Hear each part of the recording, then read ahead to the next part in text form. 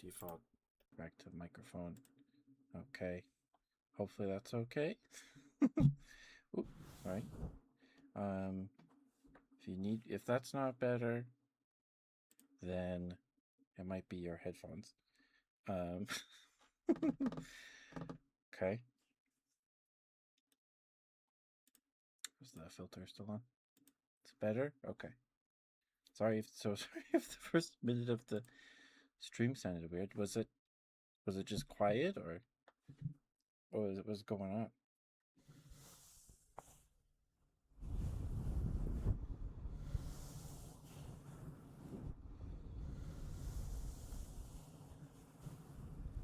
Because this has happened before. Or OBS. Waves of bursting air. Huh. Interesting.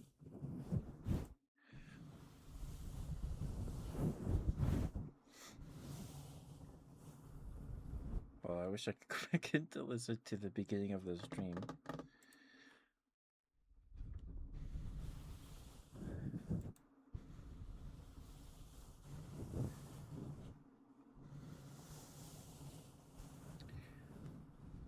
Well, OBS has had problems with the mic before, so if you say it's better now, then it's better now.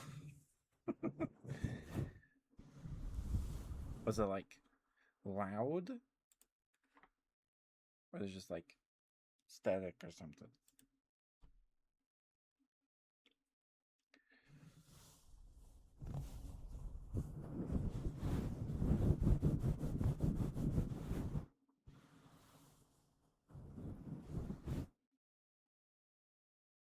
Fixed as it took out your earbuds. Okay. Okay. Oh, also, tonight, I worked some thigh highs that I don't think I've ever worn on a stream before because these tend to like ride, but we'll give it a try. If it doesn't go well, I'll go swap them out for something else. But I have these thigh highs that are like this. They have these bands going up the whole thing, but they don't like staying put. But hopefully they're okay. If they get annoying, I'll go swap them out for the striped ones or something. Yeah, that's what we're wearing tonight. So shoot down sci-fis. No, they shouldn't because I'm sitting, but the band or elastic or whatever, it's tight. I don't know if I'm too short for them because maybe they're just stretchy. I don't know. I don't know. But anyway, that's what we're wearing tonight. How you doing, Kerbod? Hope you're doing okay. What do you mean you never know?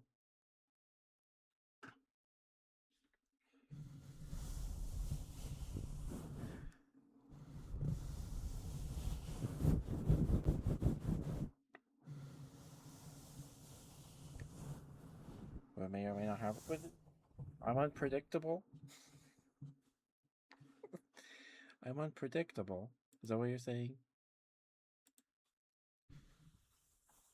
You're good. That's good to hear. How am I unpredictable? What does it make? I don't. Maybe. Okay.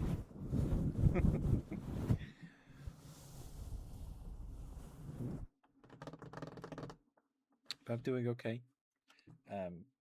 All of my. You can't explain what's unpredictable. Dude, fair enough. Fair enough.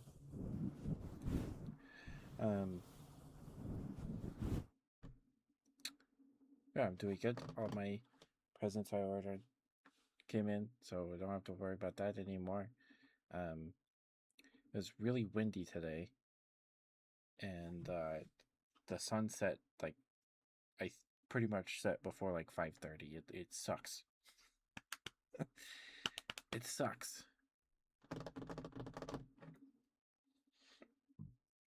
Skibbies are good.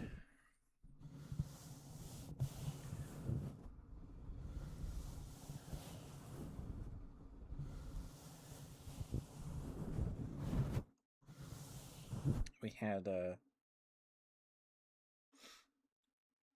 broccoli chicken pasta with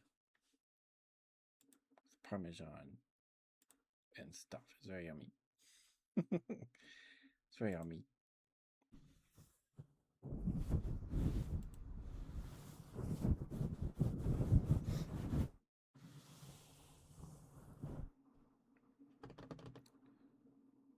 A big foam falls out of your scrubs. Oh, I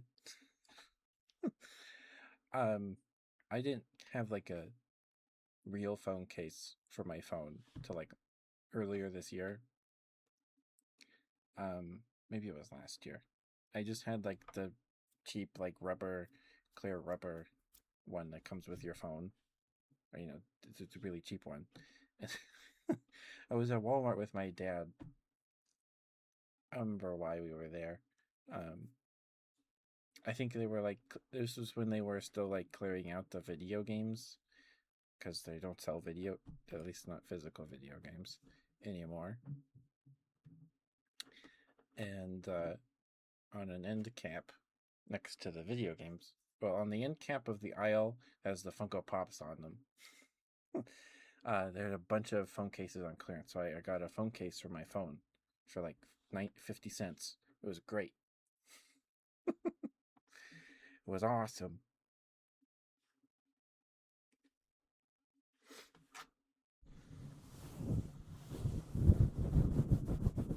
Okay.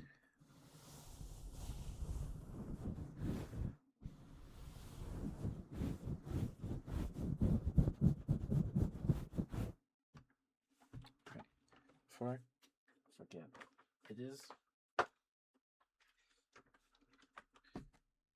Let's pick up the boxes. Real quick. My nails are pretty long, or they're long enough that I'm probably gonna cut them tomorrow. So we'll do some tappies. We'll do some tappies.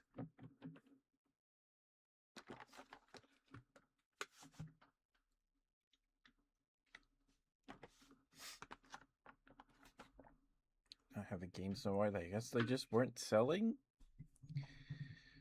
or something. I don't know. They replaced the.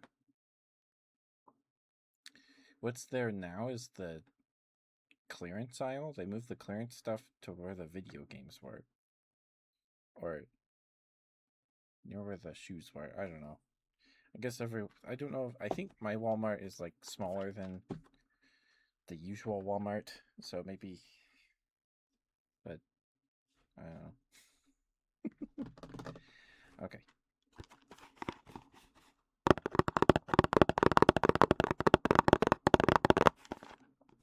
Welcome back from the break, guys. Thank you for sticking with me. Thank you. I appreciate it lots. I'm gonna grab some Xbox 360 games they threw out. Nice. Were they any good ones? Were they any good?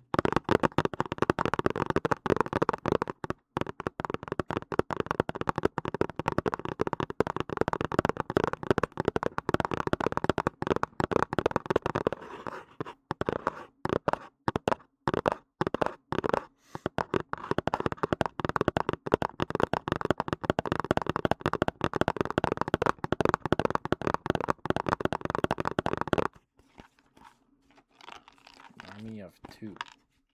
I've never heard of that one. Hi, Crid.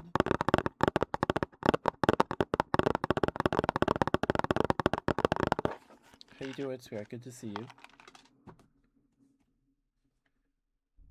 So smooches, you got it. And I'm sorry about last time, Crid. I rambled for like 20 minutes before getting to your smooches. I'm so sorry.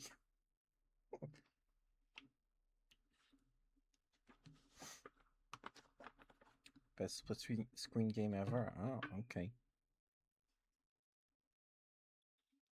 Maybe I know what that is, but I could just be thinking of something else. I'm not sure. It's okay. Okay, if you say so. Oh, and Crid, we're wearing these. I don't know if these count as fishnets, but these things. I don't think I've worn these on a stream before, because they like to roll. So yeah, if they give me some problems later, we'll swap them out for the striped ones or something.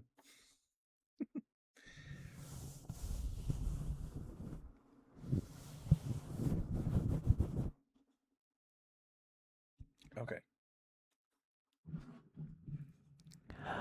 Yeah, there's my Discord.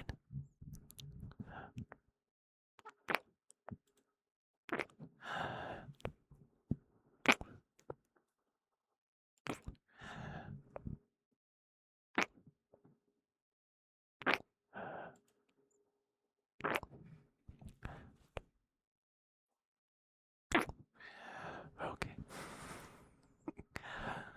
I'll get you some side drums after this one, just okay. Thank you for the writing, Grit. Thank you, thank you. Did you have something yummy to eat today, Grit? Did you have one of your olive bread sandwiches?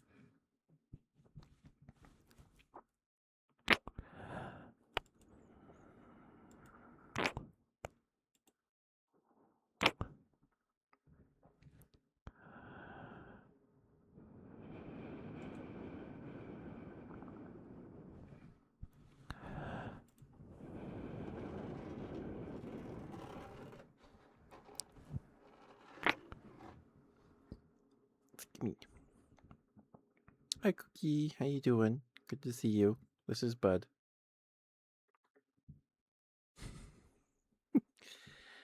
His name's Bud. Because he's just here to give you guys something to look at besides me. So. You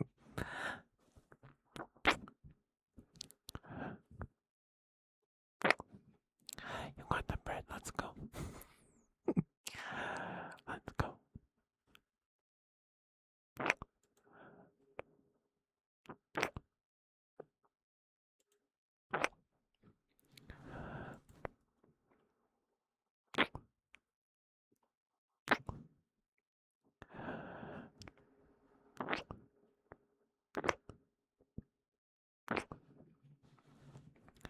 Where are you, Cookie? Good to see you.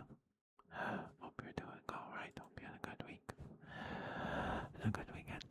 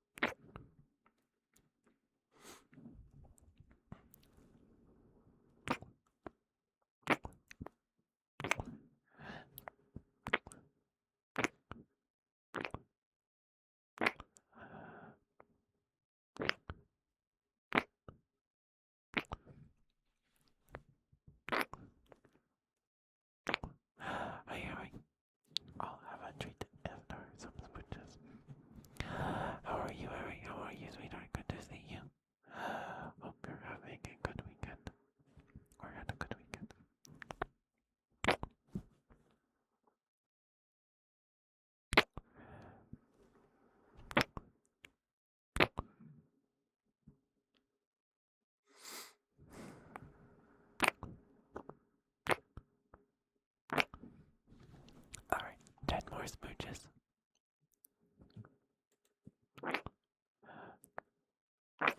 9, 10. 8, 7, 6, 5, 4, 3, 2, 1. All right. There you go, Crit. Thank you for the switch redeem, sir. Thank you. Hopefully those were all right for you.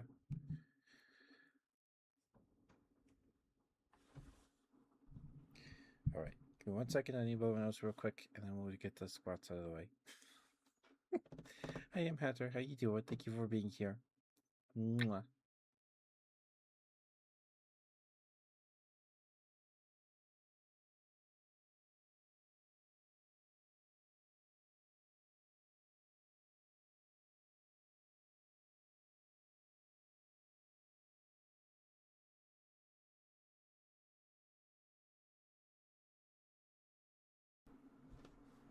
I'm doing all right. I'm Hatter. I'm doing all right. Did the old self-care, shave the old legs. All right. See if these behave after some squats. 1, 2, 3, 4, 5. Oh, better than expected.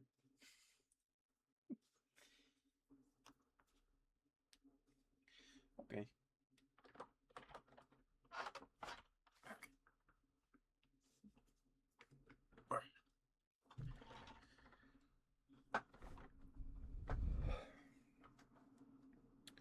And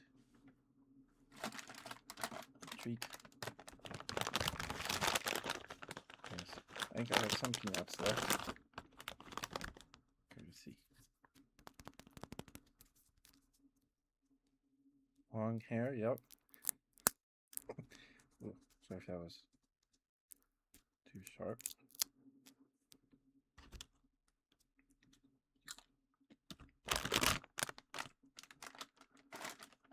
Thank you, Ari. And here's your thigh drums, Crid.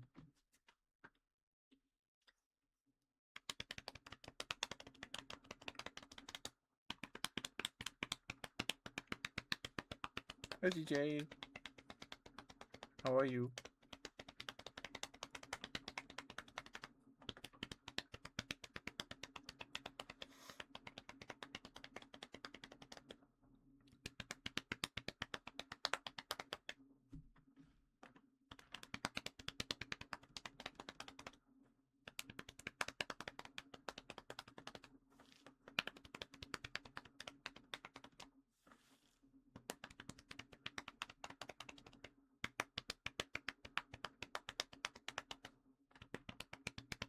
Thank you for the redeems, Ari. Thank you. My day was pretty good. I did my self-care. Shaved the old legs. I watched some YouTube. I hated the sunset before 6. Probably set at like 5:30. I don't like it. I don't like it.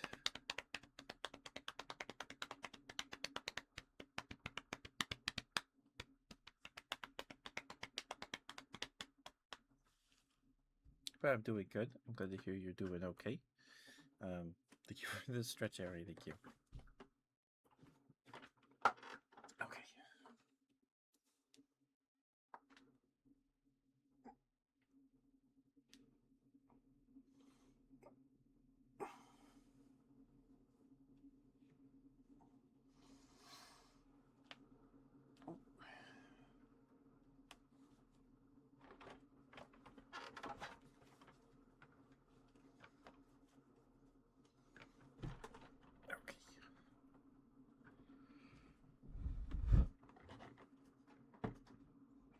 So far, these are behaving better than They would be.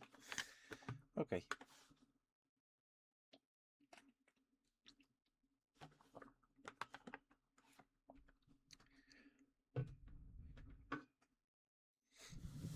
Thank you for the redeem, Zari. Thank you, sweetheart.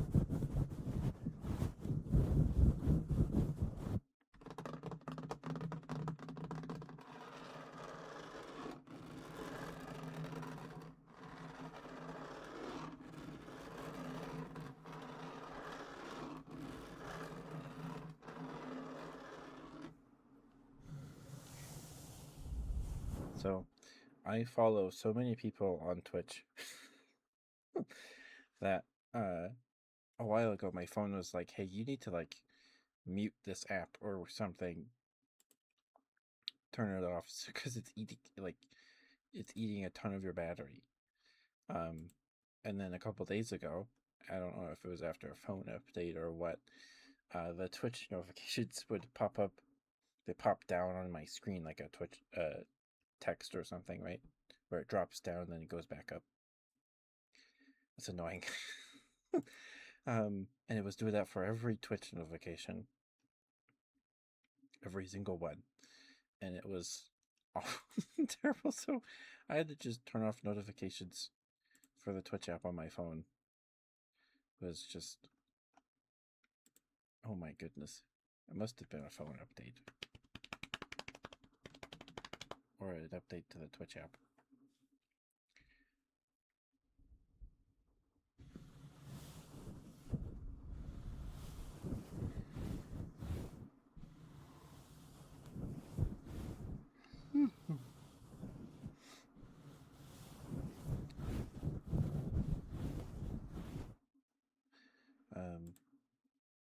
Yeah, let's do some more tappies because my nails are long and it sounds nice.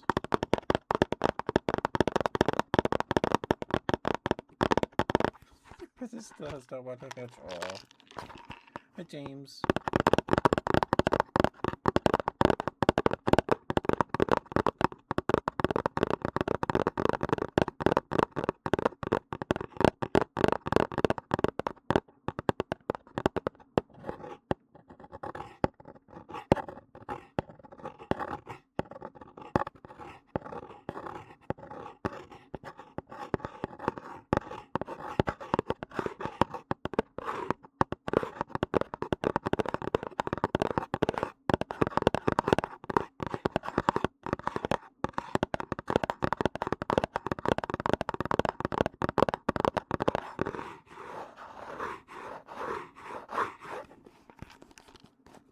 No, I got you, James. I got you. No worries.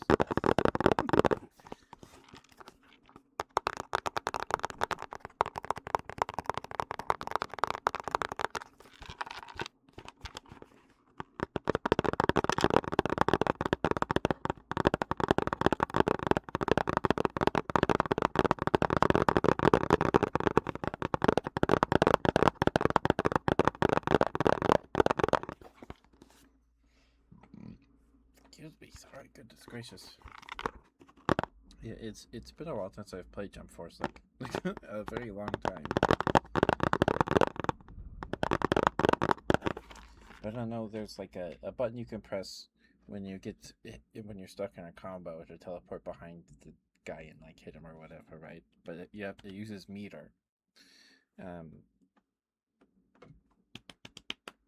So when you play story mode or whatever, you just get stuck in these loops of going through combos and then getting stuck in combos, waiting for meter to fill up, and then hoping you don't die, and then teleport behind the AI opponent or whatever in the story mode, and then hoping you can hit him. Hi, Ninetale. Have you played any of the story mode yet, James? You played any of the story mode?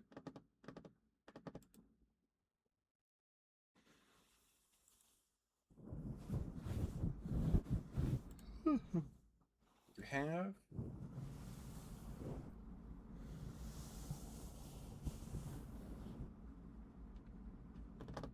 No, you're fine, Nigel. You don't have to be at this stream. You're fine. We just played some Vector Man 2. You're fine. You're probably not even halfway. I never finished it. I played it for hours. It would take me hours to get through one fight. Because of the darn limit break fights that I didn't know about. So I just stopped leveling up. It was so bad.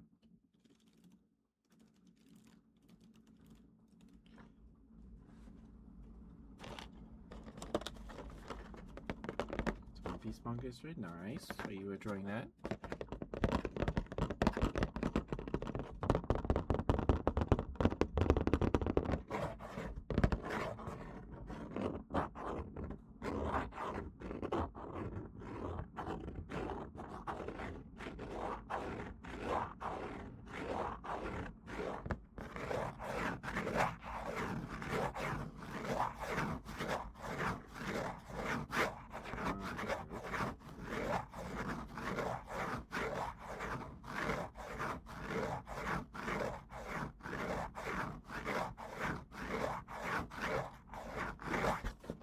You're not fine. Oh no.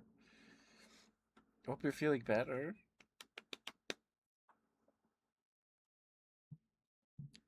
Oh, good boy, Crit. Okay. Let me drink some water real quick.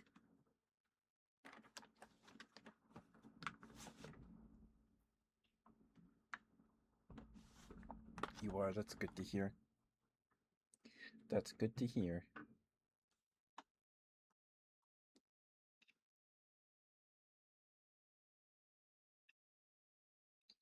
Okay.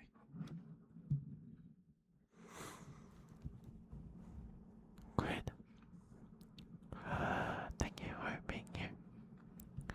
Thank you for lurking and chatting. And spreading the put us on the stream. Thank you. Always good to see you, Grit. Always good to see you. You worked very, very hard this week. And I'm very, very proud of you. Very, very good boy. Very, very good boy. Good boy. Good boy, good boy, good boy, good boy, good boy.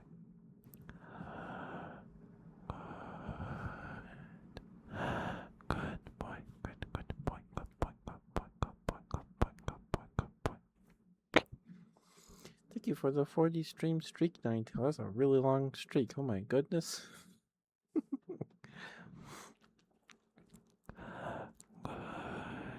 boy, good. Good boy, good boy, good boy, good boy, good boy, good boy, good boy, good boy, good boy.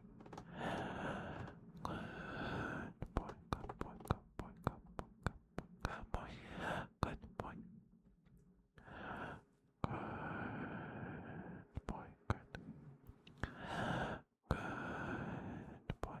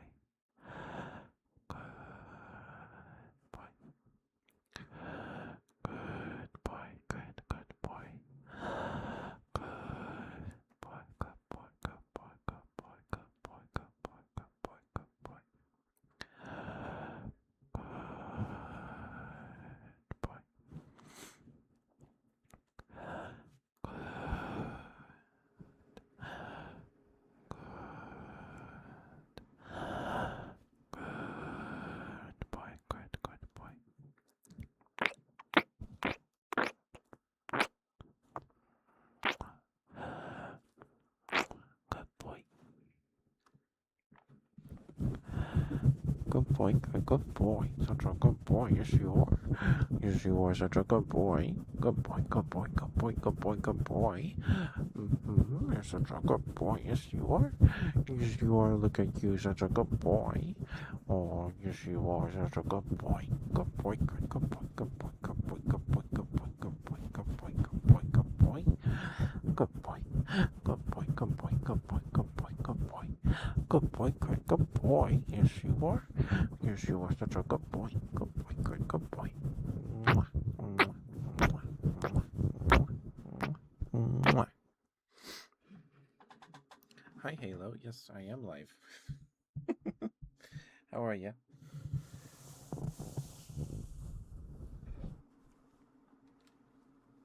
Thank you for the redeem credit. Thank you. Hopefully that good boy was alright for you. Thank you, thank you.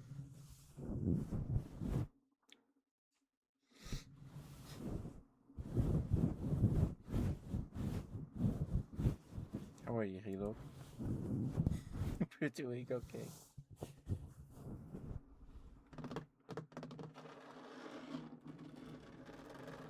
French fries are done. Let's go.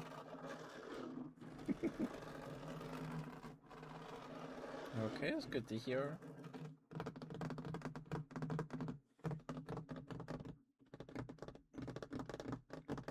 You're welcome, Grid. Sweet dreams. Thank you for stopping by, sweetheart. It's always good to see you. Mwah. Take care of yourself. Don't forget to brush your teeth if you haven't yet. Floss. Use mouthwash. Oh, I'm sorry to hear that, Halo.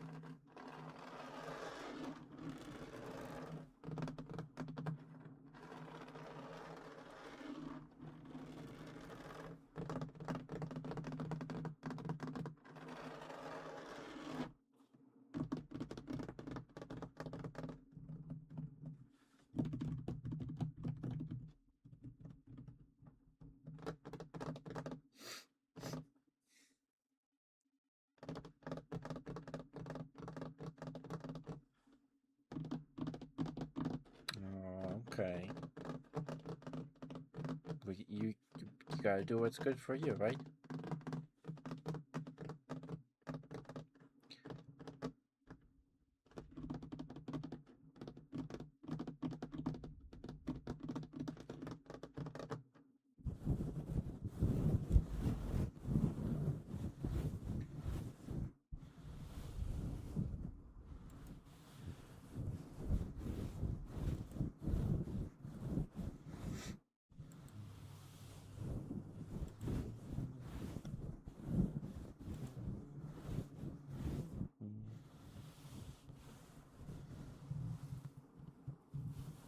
You guys hear that motorcycle?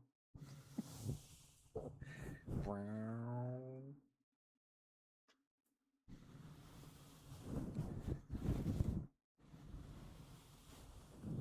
Well, I'm glad you like. I'm glad you like the streams. Halo, thank you. It's very sweet of you.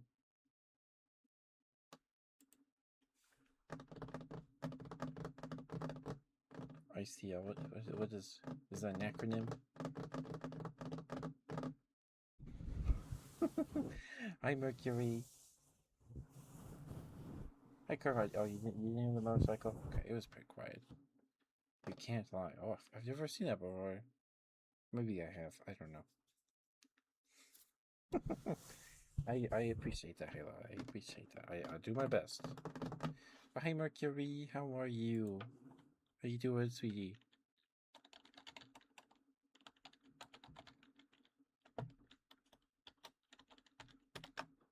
There we go. Please go follow Mercury. He is a fellow boy, the femme variety.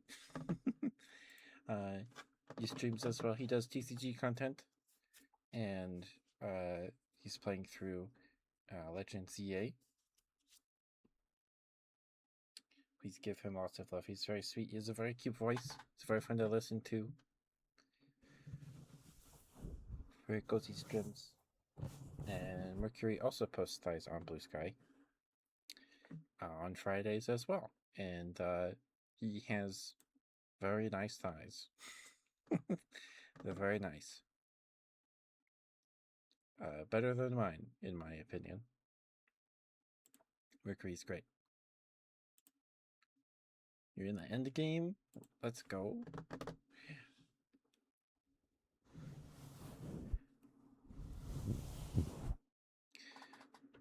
Those black knee highs look really nice on you, Mercury.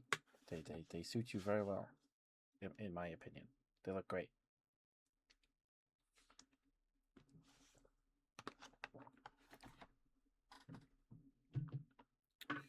Okay.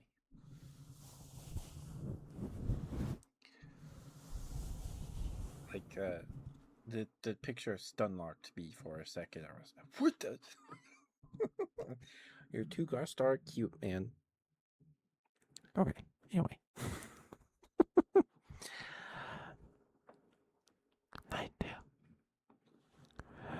I do. I do, Mercury. I do. I do. You're a very good girl. Thank you for being here. Thank you for lurking and chatting. Spending time with us on the streams. Thank you. It's always good to see you. Good to see you, Nightdale. Good to see you. You worked very, very hard this week. But I'm very, very proud of you. You're a very, very good girl, Nightdale. Very good girl. Oh, and will I have you, Mercury? Oh, goodness, chair. So what we're wearing tonight, we're wearing some, I don't know what to call these. Are these fishnets? These stockings? I don't think I've worn these on a stream before. It can be a little temperamental. It could be a little temperamental.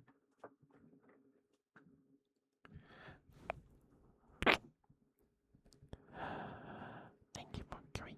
You are cute too. You're very cute. But yeah, you should wear those knee highs more. They look great. Anyway, sorry.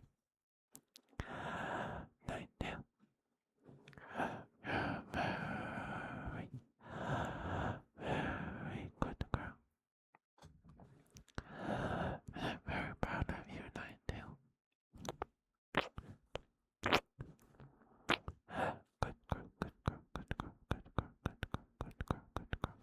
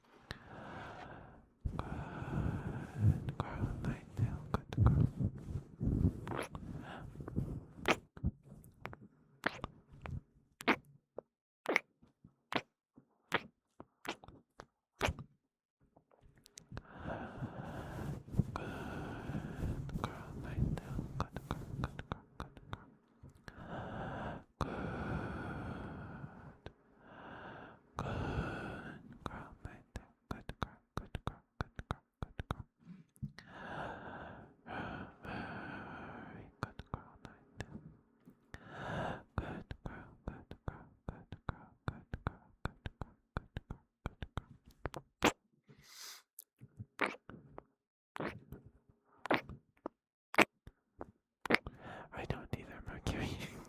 Good.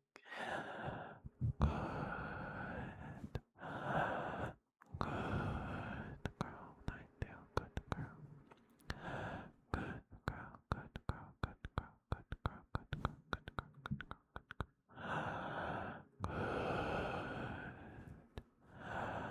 Good girl, Nightdale. Good girl.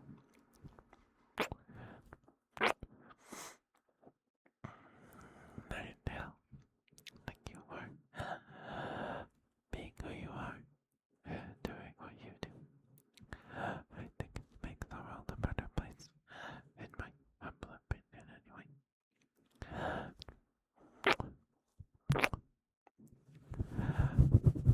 Good girl, Nightdale. Good girl.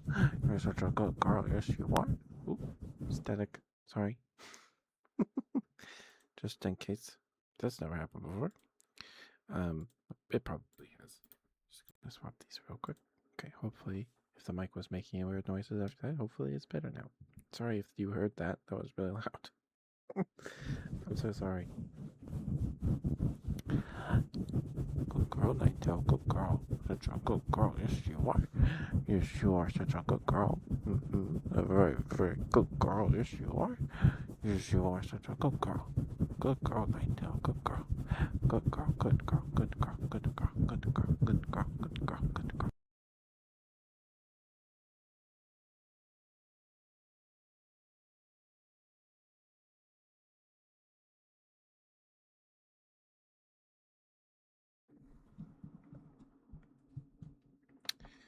The mic cut out there for a little longer than it usually does. Okay, that was a little good. That was a little scary. You might need to refrain from doing that. Okay, so back to Apex broadcast. There we go. Okay. Hopefully the mic sounds normal. If it doesn't, let me know. Yep, that happens. No, that was just the mic. A cutout. I don't know if it's all the static or what.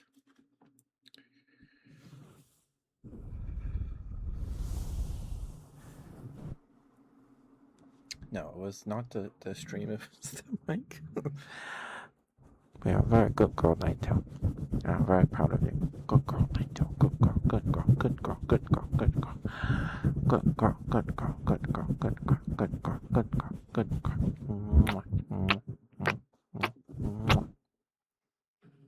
Okay.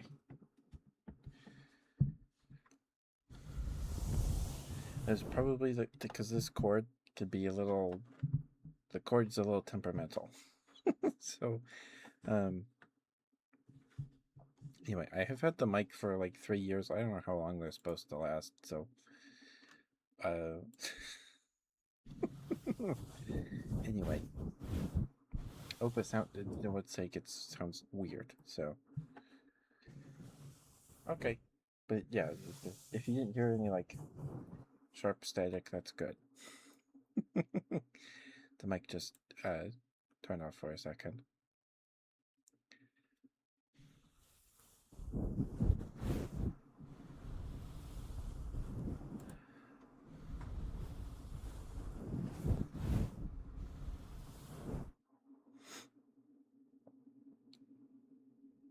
Oh no! Oh no!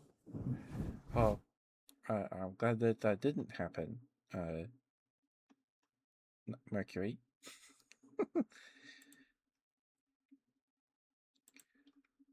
Yeah, it'll probably be time to get some new earbuds next year for me.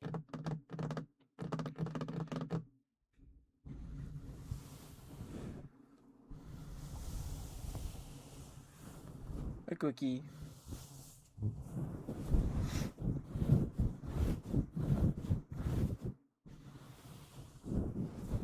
But if it sounds fine, then we will continue as normal.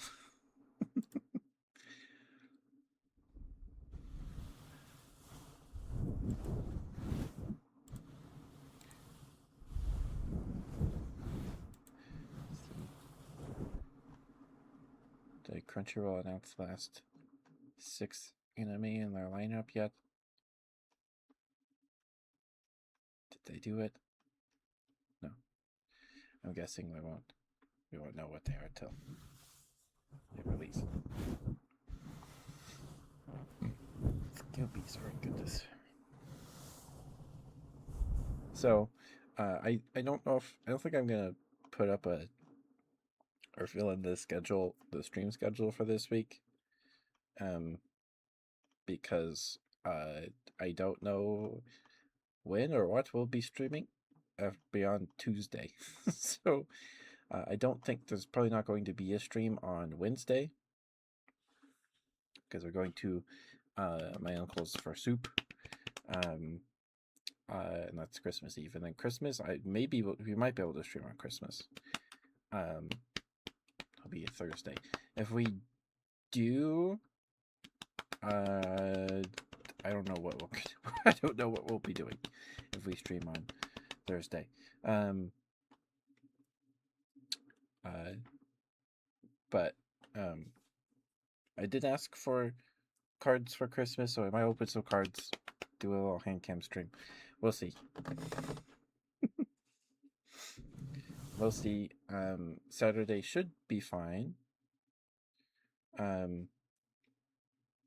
For the next Sega Saturday, which is Virtua Fighter 2. I'm gonna put that on the schedule at least. Tomorrow and Tuesday we might just play Grand Blue.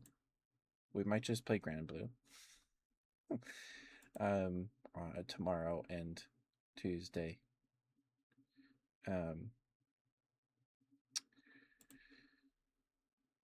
We'll see. We'll see how I'm feeling. We'll see. Because I'm having a good time playing Grand Blue, so I want to play more.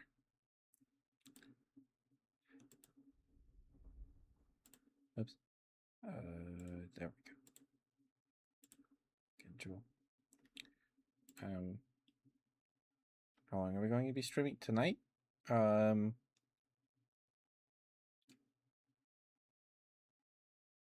At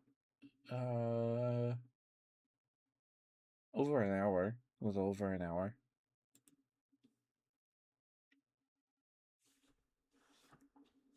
Yeah, a little over an hour. Okay.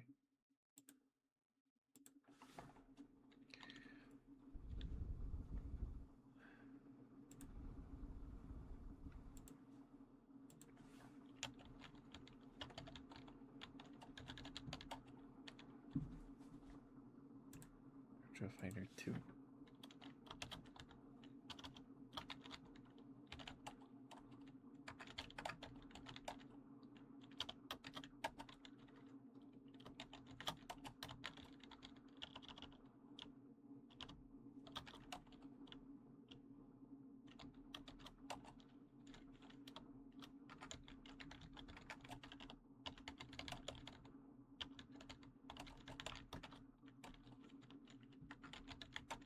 Sorry, I can't type and talk at the same time. I am incapable of doing that.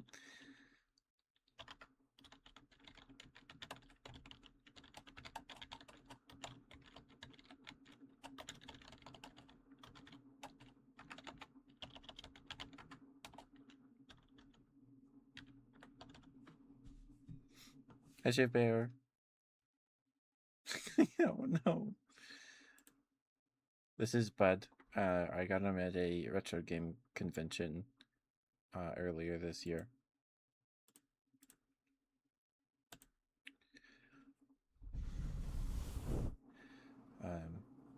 Yeah, this is Bud. And Bud back in the okay.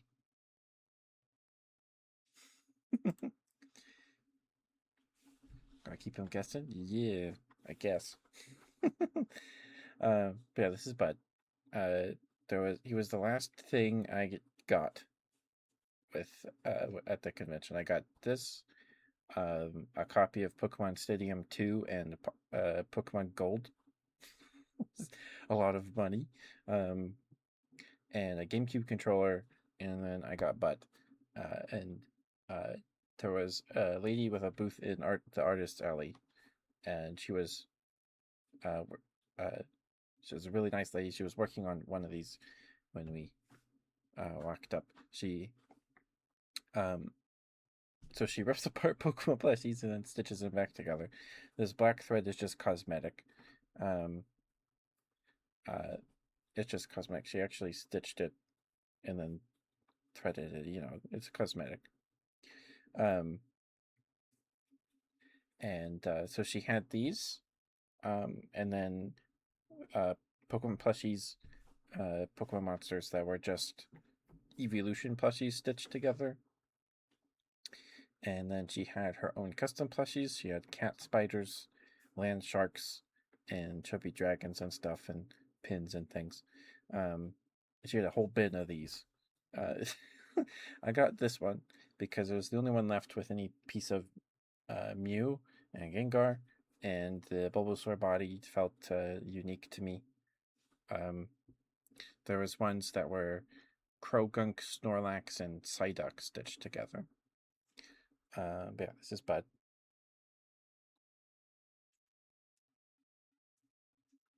Probably supposed to be more like this, but I set him up so he can look you up and look you in the face. And that's her company or whatever it's called. It's Cave Zone Studio. So they have an Instagram.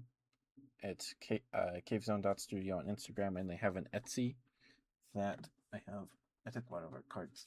It's it's Caves and Cave Zone on Etsy.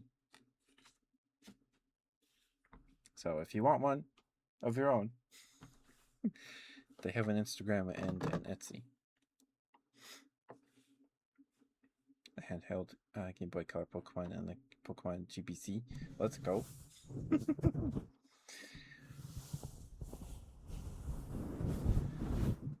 Hi Taco, good to see you.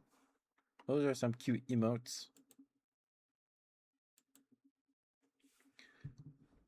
Now, I got this like a couple months ago, so I don't know what their store looks like. I haven't actually looked at it.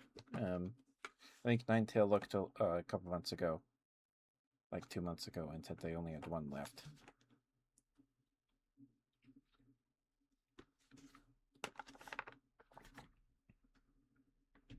Japanese exclusive cards. Oh, I was just saying that you went and looked at the lady that does these plushies, her Etsy shop or something, and they only had one left. But that was a couple months ago, so I imagine she's got more. My mom was like, "You need to do that. Go get some plushies from the thrift store." I think that might be fun, but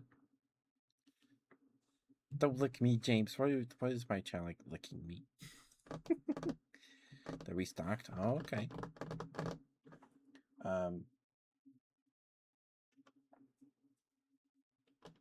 Yeah, so I'm playing through Pokemon Gold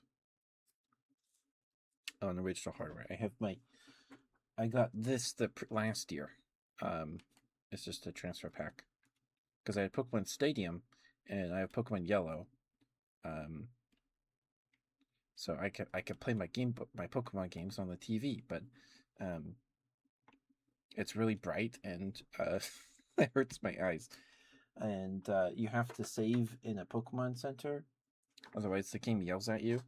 And if you don't insert the transfer pack and a game cart into the controller correctly in the correct order, there's a chance it'll just wipe your save data.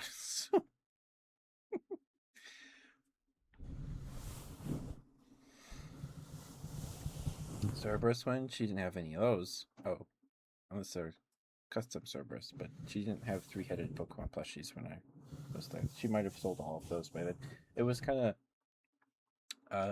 it was like late afternoon. So is Mew my favorite? No, this was the only one with any piece of Mew and Gengar. My favorite Pokemon is Aipom.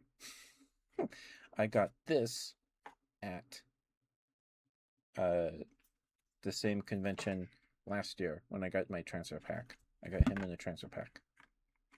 But yeah, this is it. This is the Sitting Cuties Aipom. There's not very many plushies of Aipom, so like if you want one, this is the one you've got to get. I had one. Aipom isn't my favorite Pokemon because I used him in the games or whatever. It's my favorite Pokemon because when I was little, Diamond and Pearl were the newest games. Gen 4 were the newest ones. And so we were at Walmart, I think. And they have those like little cardboard bins of Pokemon plushies in the toy aisle, right? And because Aipom has a prominent presence in the Diamond and Pearl anime, they get made an Aipom plushie. And I don't know why, But I was like, Dad, can I have this? Can I have this? Uh, this plushie. I don't even think I knew what it was. I just liked it was a cute purple monkey. I thought it was cool. And growing up, I would ask my dad or whatever if I could have a toy. He'd be like, "Do you have your own money?" I go, "No." Well, then I guess not. But this time, my dad was like, "Okay, you can have it, but it's going to stay in the trunk till you do chores or homework or whatever, and then earn it." I was like, "Okay." So I have this memory of we got home and I said goodbye to the Apom plushie in my dad's trunk, and then later I I got him. So anyway, that's why Apom's my favorite Pokemon, not because I used him in the games and he was really cool. Apom is really cool, in my opinion. Not his evolution. I do not like Ambipom at all. I do not like Ambipom. But yeah. But I do think Mew is cute. I do think Mew is cute. Also, hi Shaved Bear. Sorry. How you doing? It's weird. So on my phone, your name is orange and James' name is like a turquoise green. And then on my monitor, Shaved Bear is green and James is orange. So it's like, whoa. When you were young. Oh, like my parents. I think my parents basically they potty trained me on Tonka trucks. Like they bribed me with Tonka trucks.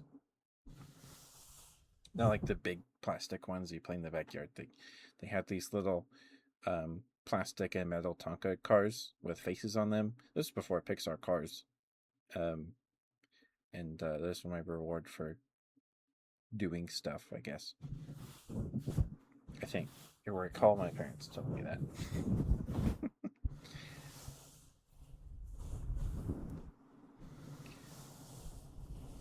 But no, I had so many Beanie Babies when I was little. I still have a ton of them. I had so many Beanie Babies.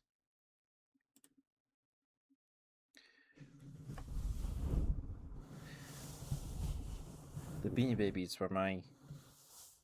Uh, I liked Hot Wheels and toy cars still, but um, Beanie Babies were like my GI Joe or whatever. They were what I didn't like.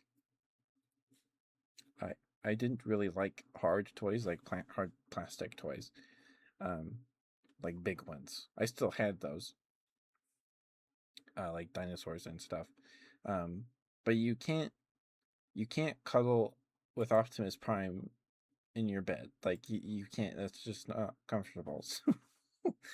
um, but you can do that with a Beanie Baby. So I don't know if that was my toddler logic back then, or if I just wanted Beanie Babies over anything else. I don't know. That's like early to mid 2000s. So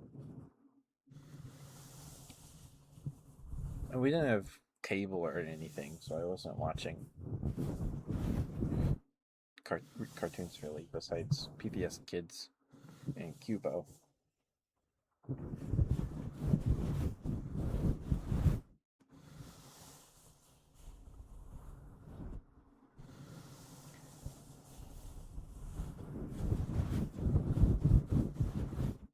Jizdle said dragons too. Aw. Also, I see that Techo. Don't lick me. Why are you guys like licking me? Why do you guys like licking me? Stop it.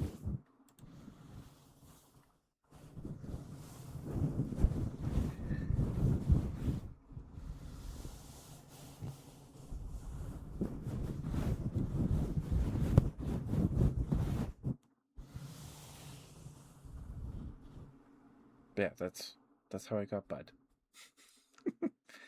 That's how I got Bud. Hi, Genie. Very lickable boy. I'm going to Assume you mean lickable and not lockable. Please don't lock me up. I don't want to be locked up.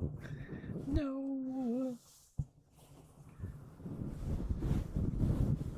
Am I lickable? I don't know.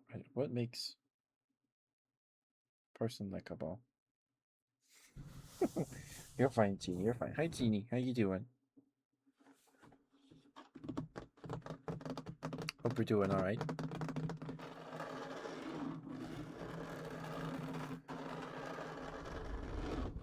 You okay? Thanks for asking. Yeah, of course, you're welcome.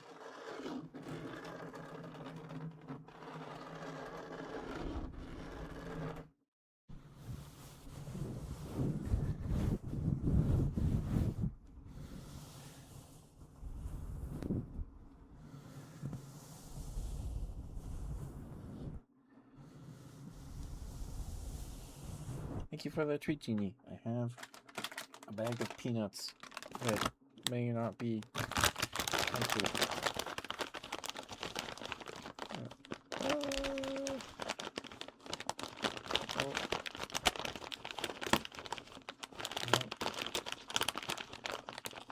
There's one.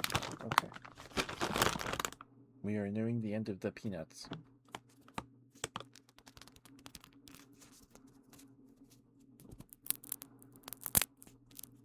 Oh, they're even gonna. Okay. Wow.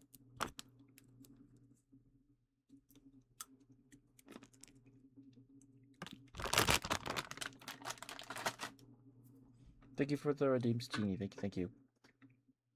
Oh, just heads up, we have the next ad break in about 2.5 minutes.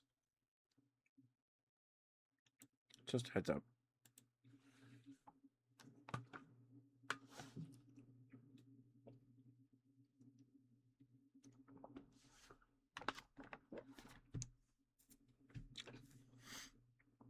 And stretch. Okay. Okay.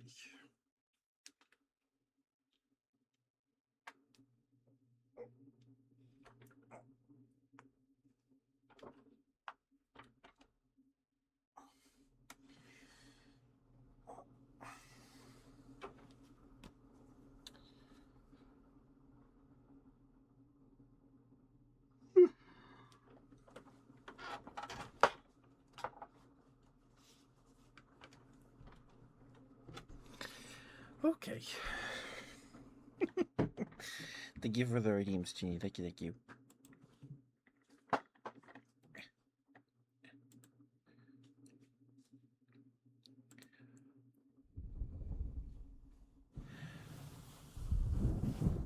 And Genie, you did make the Discord server worse. That was you, Genie, that posted that. I think it was. It could be. I don't know. I have streamer mode on, so it's shortening everybody's names.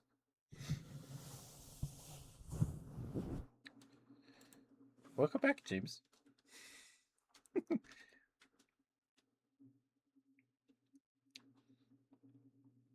Phalanx or Phantom? Those are good ones. Phantom is pretty cute. Excuse me, sorry.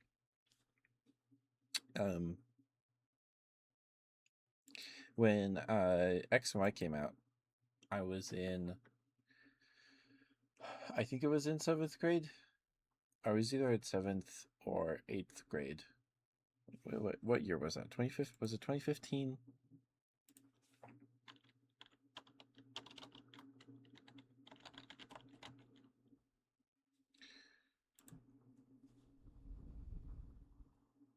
Oh, it was 2013.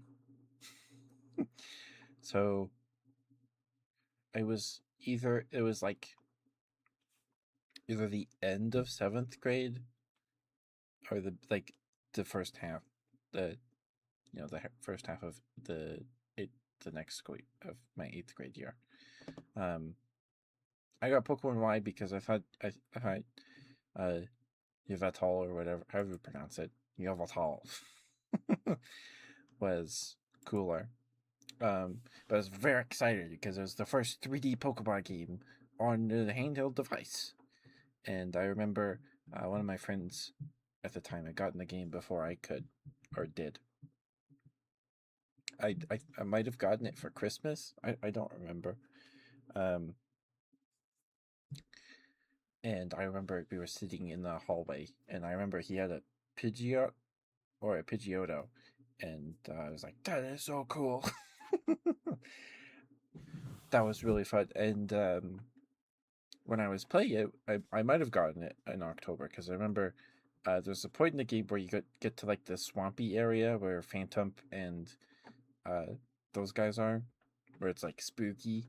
And oh wow, this is like Halloween time, and it's actually October or something. I thought that was cool, but eh. No, don't agree. A historical helmet tier list. If you get it done, just seeing in the Discord. If you want to. Oop, sorry. I just bonked you. It's alright. Everyone's in ads, that's fine. Sorry.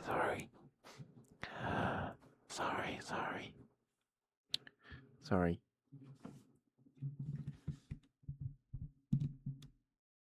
Just there for the Discord. You're welcome, G. Anytime. You can. There's even a Kisses Redeem if you want some. All for you.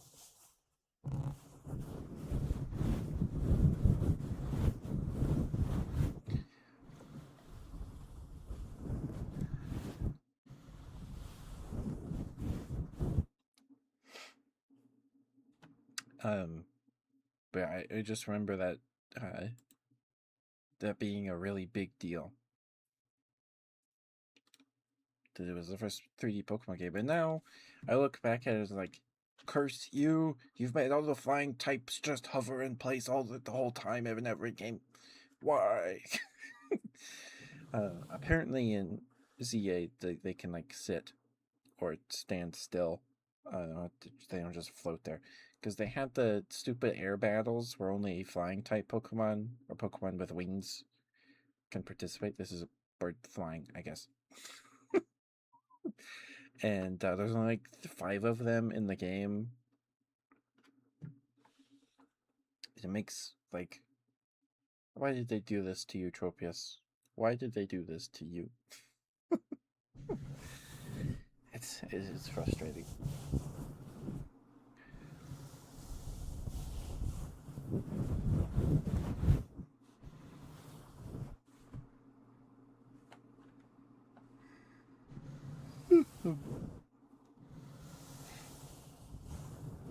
But that sounds very cool, Genie. How many helmets? How many helmets is that? I imagine it's quite a few.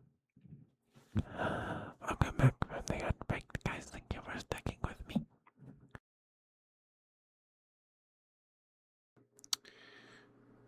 It happened again, sorry. I think that's just the cord being itself. There we go. Sorry about that. So sorry. So sorry.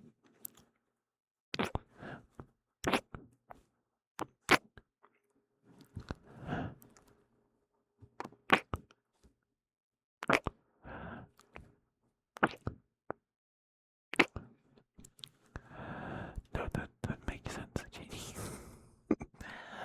That makes sense.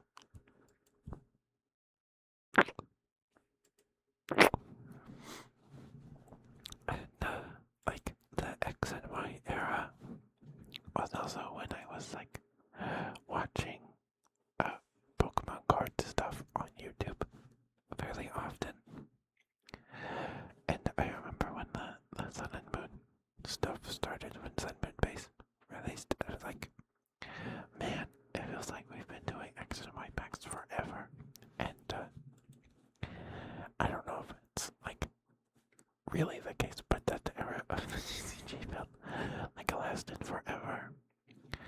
And now we're already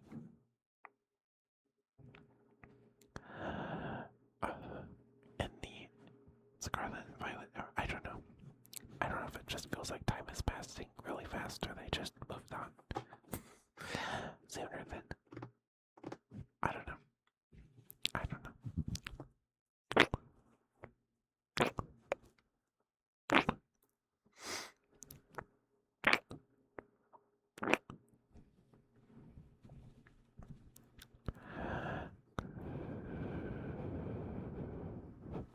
I see, I see. Well, that's still pretty cool. That's pretty cool.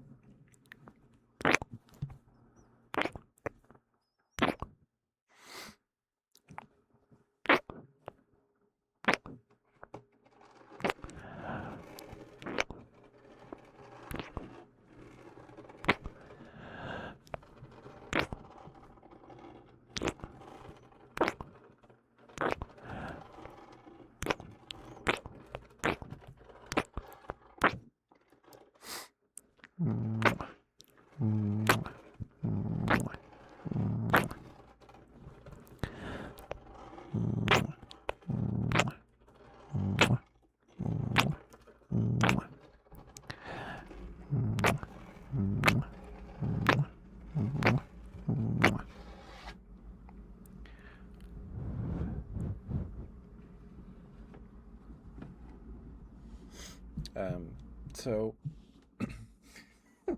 we haven't hit our once a month MetaZoo rant quota yet.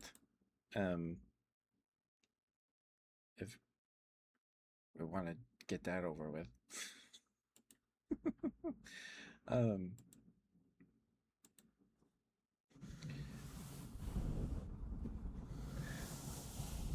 Because I think there's people here that are currently regulars that weren't regulars like last month. I have no idea what I'm talking about, probably. I doubt anyone really knows what I'm talking about here. I have some that have just been sitting on my desk right here for months because I was going to build a deck and it never, I just haven't yet. So MetaZoo is a dead trading card game. It's, well, the original run is dead. This is a dead card game. The company went bankrupt last year. Maybe it was 2 years ago now. Passage of time is difficult sometimes. I think it was last year, or maybe it was. Whatever.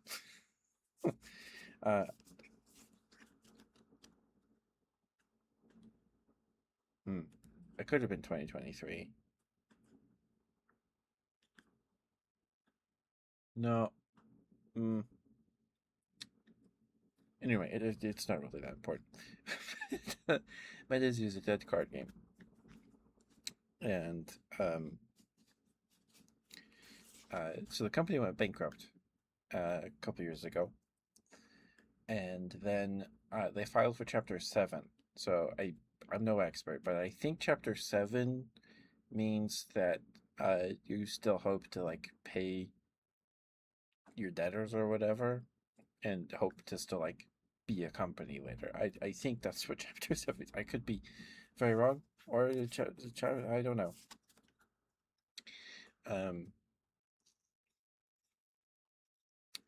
And they got bought out by, I don't know, it was just like a guy. But at the time, there were rumors that Bandai was going to buy MetaZoo. And it was really dumb because Bandai at the time, they already had One Piece and Digimon and Dragon Ball. If they would do the Dragon Ball game, I don't actually know. But they had at least One Piece and Digimon. Now they have a Gundam game. So it was like, no, that's stupid. They have so many card games they're already trying to manage. It didn't end up happening. So it was just some guy or another company, I don't know. And then they rebooted it. It's a different game but they still, I guess, have the licenses for some of the art on the cards. Um, and I've watched maybe one or two openings of like the new Netizu's base set booster boxes, and it's just like an incongruent art mess. Because so if you don't know, let's see, the original Metazu. There's this card. This is a card of the Charman. So because Metazu is a game about cryptids. You play as casters, and you summon cryptids to beat up your opponent, right? To oppose their cryptids and all that. And then there's spell cards and artifacts and things. It's basically a, a Magic the Gathering unset, like a silver bordered Magic set. It plays pretty much like that. um, but all the creatures have like Pokemon stats. They have HP values, and their attacks do set damage and all that. But the resources are like land, basically lands, no energies, cards, or anything. Anyway, this is what the cards kind of look like. This is a base set card, or it's a second edition base set card. If it wants to focus, but yeah, this is a Charman. So there's a bunch of cryptids, and so that's the premise. It's called Metazoo because the game breaks the fourth wall, where there are fourth wall effects denoted by a little star symbol on the cards. Sorry, nobody cares about this, but it's interesting to me. Oh, yeah, here. The Charman has a fourth wall effect. I don't know if you'll be able to see that, but there's a little star here. The base set card formatting, like the text formatting in the text box, was garbage. It sucks so bad. Can't read that, but it says fire winds, and if you're in an area historically prone to forest fires, fire winds does 100 damage instead of 50. So if you're playing a Charman deck or a fire deck with Charman in it, and you're in an area known for forest fires, he hits really hard, especially against forest decks. And there's other fourth wall effects, like there's a Jackalope card. I love the Jackalope card. It's very cute. But it um it gets a boost for every other creature of the same type as it, and but it can't attack if there is a like a drink of water within eyesight. Like if there's a bottle with water in it, Jackalope can't attack. I don't know what the lore behind that is. If it's like you put out jugs of water to deter deer because it like confuses them or something. I don't know. Stuff like that. And yeah, so they were mostly silly things. And there's one card called the Houston Batman. It's like some cryptid guy that has bat wings and he's gross. If you're playing a game and there's a tree nearby, he has invisible. He's invisible. So he's a very good creature. But anyway, so they range from being really goofy, like Lava Bear or Charman, if you're playing near an active volcano or near in an area known for wildfires, they do 100 damage, to being hyper specific like that and being like completely useless. um, so it breaks the fourth wall, and sorry, I keep putting them down. I need to not do that. I don't know if I have a ton of better options here. Let's see. Okay. So, the creature cards also have traits, which is denoted on this side of the card. So this this bar symbol here that's the fourth wall. I think it's supposed to represent a wall. So there are fourth wall boosts. So this symbol means winter time. And then there's another symbol that's a cloud with snowflakes coming out of it, which is if it's snowing.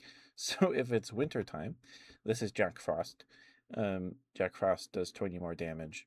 And then up here, there are the creatures can have traits. So this wing symbol means he has flying, and this little ghost guy means he's a spirit. So those are some really nasty traits to combine. So flying, whereas in Magic the Gathering, if a flying creature attacks, you can't block it because it's flying over all your guys. In MetaZoo, you can't attack. You can't target a creature with flying with an attack because it's flying up. But you can block them because they swoop down, right? They swoop down to hit the guy. So it's a little confusing. And then spirit just means they can't be the target of attacks, and except by other spirits, and they can't be blocked by except by other spirits. So they have shroud. I think that's what shroud does in Magic. It's either shroud or shadow or whatever it's called. Yeah, so that's why it's called MetaZoo. And this is my only copy of Jack Frost. I don't have any other copies of him. But yeah, as you could also tell in the artwork, it's aping that early Pokemon art with the soft watercolors and the soft lines and stuff. So MetaZoo, if in case you weren't like deep in the TCG world in like 2020, in a couple years ago, in the 2020 TCG boom that we recovered from last couple years ago. MetaZoo was one of the first TCGs that released in 2020, 2021, that kind of made this big Kickstarter TCG boom. So MetaZoo had a Kickstarter, and it was wildly successful. And like out of nowhere, these Kickstarter booster boxes of their base set, people were flipping them for like 800, a grand or whatever. It was nuts. So MetaZoo became, excuse me, this big deal. And I think when that really happened was when Alpha Investments, or Rudy, was given MetaZoo product by the MetaZoo team and like talked about it. And then that's kind of really when it all started. So MetaZoo is a game. You can play it. It's not amazing. It just kind of plays like a Magic unset. So the problem with the trading card game, or one of the problems with MetaZoo, was that it was mostly seen as an investment and more than a game. And so there was really the MetaZoo community weren't really. I mean, they had a Discord where people played the game and whatever, right? And they had tournaments.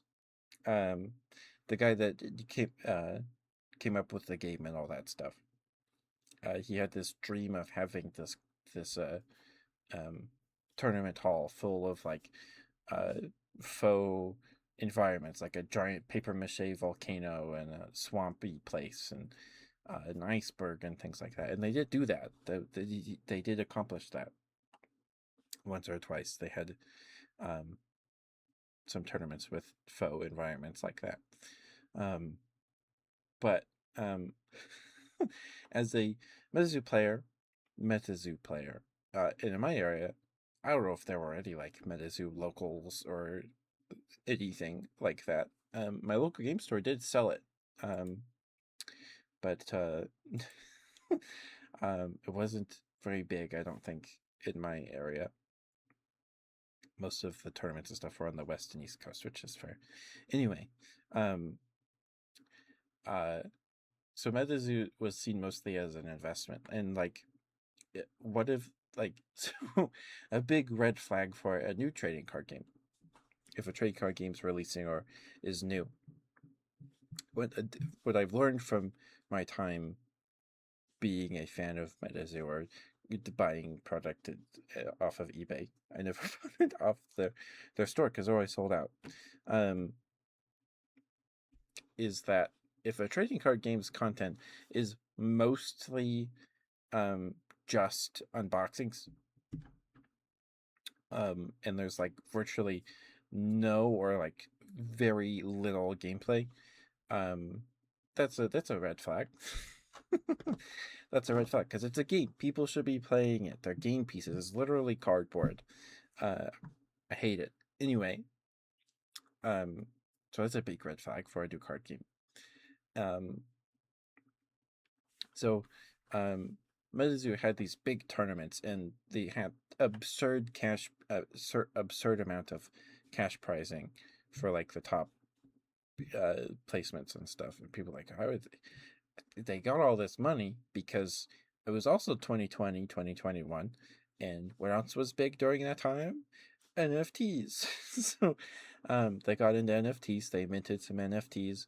There was a one of one Mothman card that there was supposedly only one was printed, and the owner of the Mothman NFT has that card, or what, I don't know what's happened to it since, if it's sold or whatever. I don't even know if it was good or even had like card effects, because they had a lot of promos that were just like a piece of art or and saying like, you came to this convention in this year. Like, that's dumb. I want game pieces. But I guess I appreciate that because they could have made the card good, and then that would have been terrible too. But anyway, yeah. So they got all this cash from this influx of cash from these NFTs and whatever, and then they put that to these lavish cash prizes for these tournaments. And so the base set releases. Those boxes are still go, or at least are listed for over $100 or more for Kickstarter boxes. No. You could fall asleep and dream about dead trading card games with me.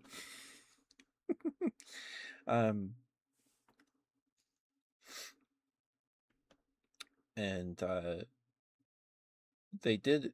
So the base set that the Kickstarter set is the only set that's ever gotten a reprint, because the game didn't live long enough to need to reprint older sets. And I don't think they ever said that they were going to do reprints again. So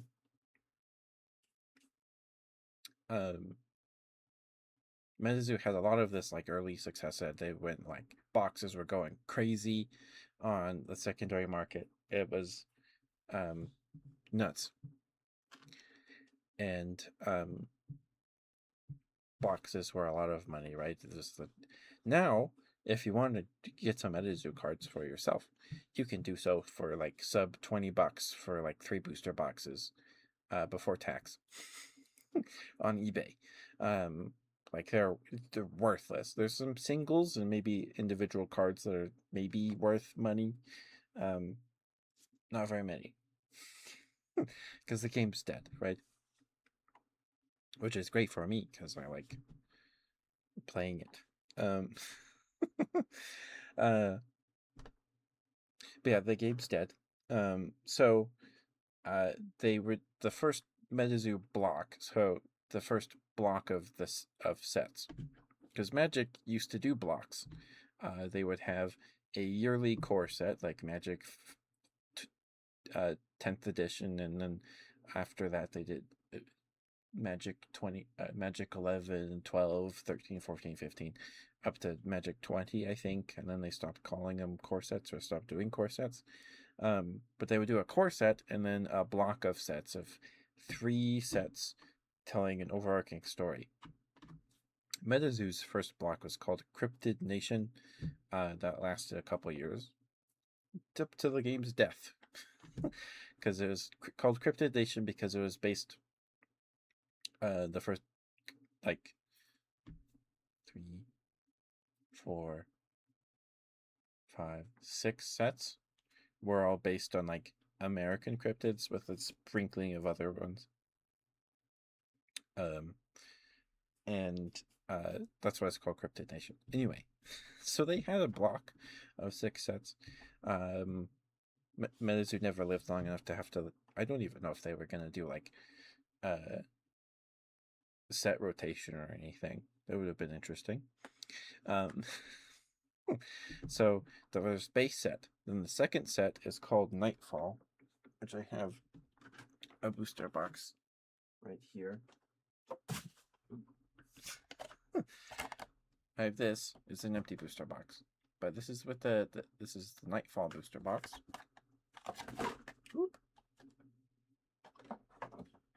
And this is the first set booster box. That's Babe the Big Blue Ox, Quetzalcoatl, and the Piazza Bird. Anyway, that's not important. So the second set was kind of, it released around Halloween.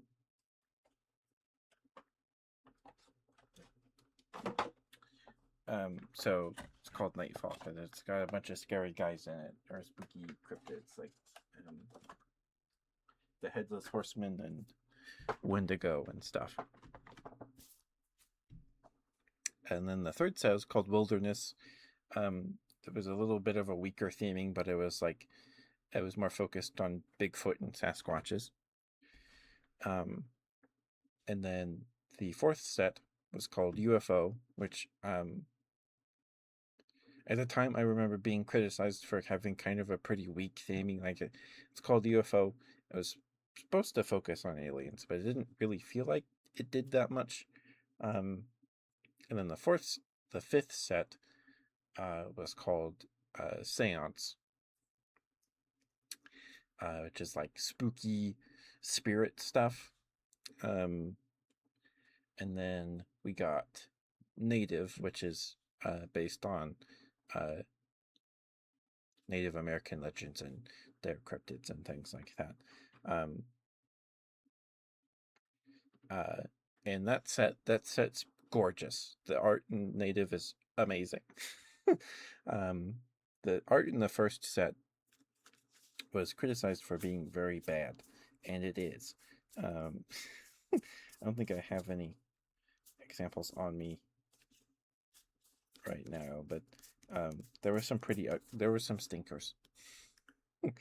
There were some stinkers, and I think that the artists and the art team found their groove around Seance into Native. It's a real shame because the art was really nice, really pretty. And then so MetaZoo as a game had a lot of problems. The game is very swingy. It's hard to, if you get behind in like tempo or whatever, playing your resource cards and stuff, and then if you fall behind that, or your opponent's out tempoing you, it's hard to catch up or stop them in any functional way. The game is very swingy, and MetaZoo had a bunch of like supplemental smaller products, smaller sets. Like the first one they did was this small Christmas set with a card that was like, you have to play this card in your deck or you're going to it was a very good card competitively. It's called New Year's New Beginnings, and it's basically a Professor Oak. You wheel your hand and then draw a new hand. you discard your hand and then draw a new hand. And then there's a card that comes in every structure deck, starter deck, that thing kind of stuff, called New Beginnings, that where you shuffle your hand back into your deck, then draw a fresh new hand. But New Year's New Beginnings was like, you gotta play this card because, it's better if it's the last card or one of the last few cards in your hand, or if you have a garbage hand, it still makes your opponent discard their hand and then draw a fresh new one. So, you could interrupt or disrupt your opponent's plan. And New Year's New Beginnings was only found or only printed in this side Christmas set. And they came in like these little boxes with like 10 packs with one card in each pack or 2 cards in each pack. Excess packaging for sure. And I got 1 or 2 of those boxes for, I recall getting a good price on them. And I got Santa Claus, Santa's Present, which is just like a booster tutor, where you open a booster pack and then add 1 card from that to your hand. And what were the other ones? There's a card that targeted a specific creature, because the Loveland Frogman, because the Loveland Frogman was a really good card, and it was so the water decks, water and lightning were like the 2 dominant decks for a really long time, because lightning, you had Quetzalcoatl. I don't have any Quetz cards on me right now, but Quetz has flying, first strike, and haste. So in Magic terms, as flying, first strike, and haste, and it only costs 3 mana, and it does 20 more damage for every light bulb above your heads wherever you're playing. So and you can imagine in these big tournament halls, they have like, they're basically warehouses with all these fluorescent light bulbs on the ceiling. So they had to be like, we're limiting it to a boost of 2 light bulbs. So he can get really strong, and I think he has 70 or 90 HP. So first strike is what it is, the same thing in Magic, where the creature with first strike does their damage first, and then if the creature that they dealt damage to dies, they don't take any damage. So Quetz was just very hard to target with an attack because it was flying. Excuse me. And it was very difficult to block too, because it has first strike. And even if you did attack it, it has first strike, so it still do damage first.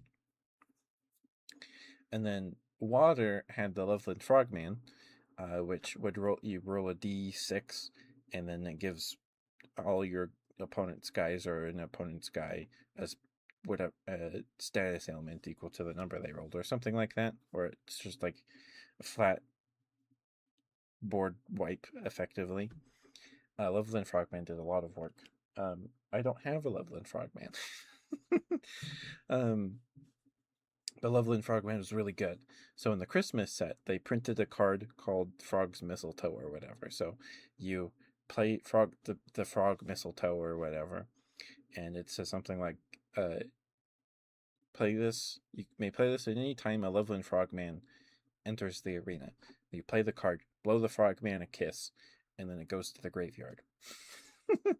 Like, it's specifically Loveland Frogman hate, because the MetaZoo designers decided, we're never going to ban a card. We're just going to print answers to that card. Problem is that it takes months for a new set to come out, right? And then I do have a copy of New Year's New Beginnings. I did pull one. But so one of the MetaZoo's big problems was that there were a lot of the supplemental sets with pretty good cards in them. But that meant if you wanted to play competitively at any real level, you would have to find or source all these cards from all these separate sets. And it sucked. It sucked so bad. Because they would sell out immediately, and then like you were lucky if to find any, especially for a decent price. I think New Year's New Beginnings were going for like $50 or more. They might still be asking for that much. I don't know if they're selling that for that much.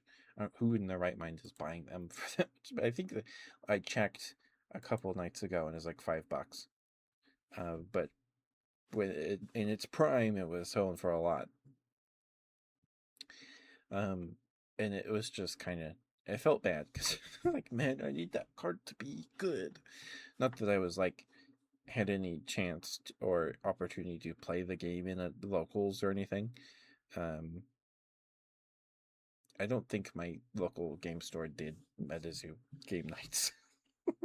I don't think they did. Maybe they tried a couple times, but who knows? Because they did sell MetaZoo cards. They had MetaZoo cards up through UFO, the fourth set. And for my birthday earlier this year, I went just to see if they had any, and they had that Nightfall booster box, or a different one, sitting on the shelf, sealed, just sitting there with no price tag on it. Because the last time I had been to look for MetaZoo cards, because I could just go give myself a little pack for a treat. They were in the process of like rearranging shelves, and they had so many MetaZoo blister packs. They just torn off the wall and thrown in a box that was just sitting on the floor. And they understandably, because they were asking for like $10 for a blister pack. It's one pack and a promo card. That's just way too much. Anyway, I had to I asked I think there was a manager there that day. And asked him, "Hey, can I get some help with this MetaZoo box?" He's like, I didn't even know we had this. I don't know what this is." It's like, "Oh yeah, it's a dead card game." He had to call somebody. He called somebody on his phone and was like, "Hey, can you price this for me with this? It's a MetaZoo Nightfall." Like, it was somebody must have found it in the back, was like, "Okay, I'll just put this, there's room on the shelf over here, I'll just put it out on the floor." So this manager had to call this guy and price it for him. And it was $60, which is a pretty good deal for a booster box of trading cards. And we pulled like 18 hollows out of that box. It was a really good box. But anyway, so MetaZoo as a game had a lot of problems. It was swingy, and if you wanted to play competitively, you'd had to get all these weird, not obscure, but you had to get all these supplemental products to get these decent cards, or good cards for your competitive deck. And there were one or two archetypes or colors that were just way better than everything else. Because of 2 or 3 specific cards in that color. And in the second set, they printed Flood the Earth, which was an answer to Quetz, which would just, I think it was a board wipe that killed everything that wasn't a water type monster or flying, I think. And then there were cards that removed a creature's flying trait for a turn or whatever, so you could, you know. So water became a very oppressive thing, a very oppressive deck, and all this stuff. So MetaZoo has a lot of power creep. And deck building in MetaZoo kind of sucks. At least like in a sealed environment. Like base set, those cards are like very bad. Most of them are just terrible or okay in some strategies. Like all the commons in that set, garbage. They're just bad. um, so um, I would try to build a deck. And like, I feel like I need some more pieces here, and and they had designed like cards for the first two or three sets, uh, with playtest printings and stuff. So they had all these cards planned already, but they spaced them out in the sets, I guess for theming. I don't know. Um, but it makes deck building feel really bad. um, anyway, the game has a lot of problems, and they had a lot of financial problems that now that we know that they're dead. Um, so uh, what they would do was a set would release, and then they would put out pre-orders for all these side sets, these little holiday theme sets. Like they would do a Christmas one, or um, and the Valentine's themed one with chibi creatures, and Halloween themed ones, and um, and then they would do those, and then they had other side sets as well. Um, when Magic did their 30th anniversary set, that's a whole other brand. Medizu also did a 30th anniversary side set. I don't even know what's in that set. um, but they would do all these side sets that they would put out for pre-order, and then these main sets that they would put out for pre-order. So what they would do, um, or what I've surmised after their demise, is that they got stuck on this treadmill of pre-ordering, putting out pre-orders for other products and sets, using that money to the printing, pay for the printing and distribution of the previous set and product. So they were stuck on this treadmill, and they could not get off because if they did, or a set flopped, or pre-orders didn't do it good enough, they were just dead. Um, I imagine that's what was going on because they released a ton of side product. They did collabs with a t-shirt company and skateboards and just nonsense. Um, so Native released, and it has this huge leap in power creep, just massive difference in power level between Native and the last sets, the first 5 sets.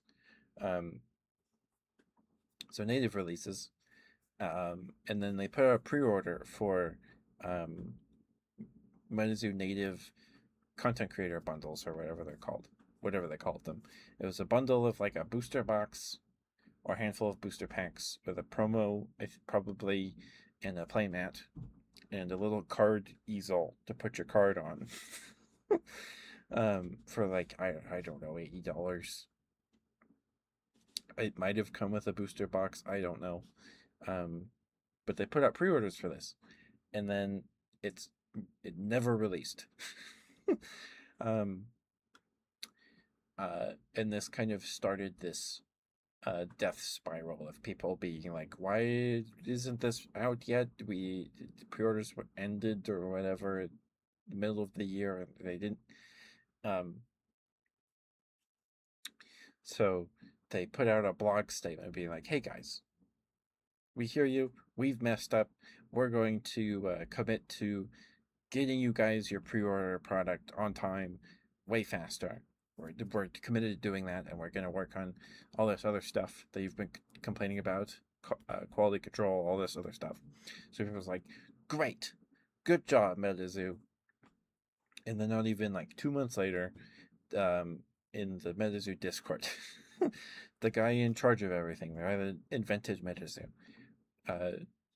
there's a theory that he like rogue posted this and went rogue to like revolt against the board that tried to out him or whatever. I don't think that's true. But he posts a screenshot or a JPEG in the Discord saying, "Hey, MetaZoo is great for the past 2.5 years or 3 years or however long, and we helped revolutionize the TCG space in the 2020s. But they definitely helped kickstart this wave of TCG Kickstarter product that just blow up, do crazy numbers, and then just die immediately. Um,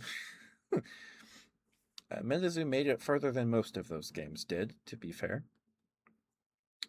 And they're like, yeah, we have no money, we cannot function anymore, we're shutting down effective right now. Thanks.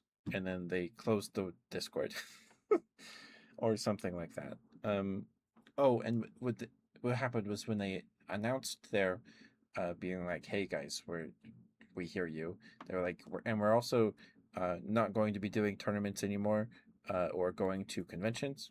We're just going to focus on cryptid themed conventions and maybe do tournaments there. Or they were ending tournament price support or whatever for locals and things. People were like, what are they doing? It's because they had no money. So they shut down, and then for like almost a year, or I don't know how long, there was speculation of like what's going on here. Is this a stunt from Mike and they're actually fine? But Mike posted this that they're shutting down because the board tried to remove him. Medizu didn't have a board of directors, I don't think. So all this stuff happened. But why did it happen? They were doing great. They had all these sets.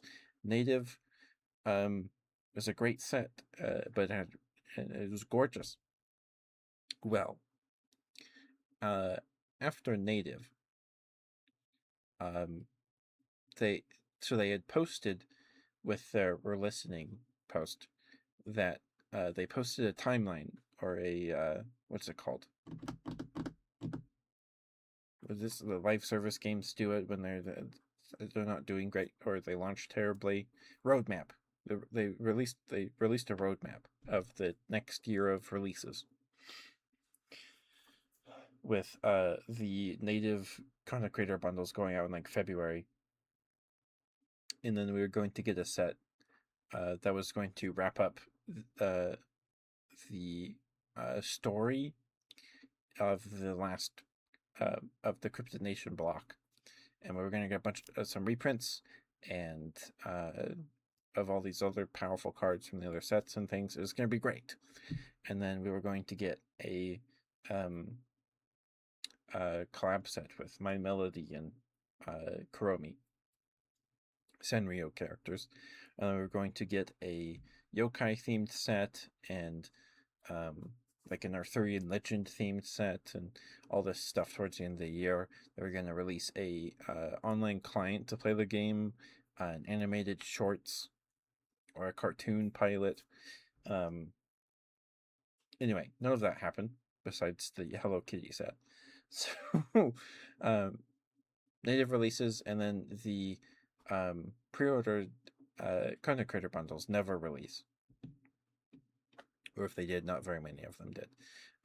But the Kuromi set, that went out for pre-order, and they released. They made this booster box bundle. Came with 2 booster boxes and like 3 or 4 exclusive promos for like $350 or like $400. And for pre-order on TCG Player. And because you pre-ordered or whatever, you got a little bit of a discount, right? I think it was like $350 to $400 for this booster box bundle. And they release the day it releases, TCG Player or whoever slashes the price to like $150 or $250, basically in half, immediately on release. And everybody was like, what? We paid this? And then they released the, oh, hey, we're listening thing. I think that's what happened. But the Hello Kitty set flopped really hard, and it killed them because they ran out of the treadmill, got too fast, or whatever the analogy you want to use. They couldn't keep up with the treadmill,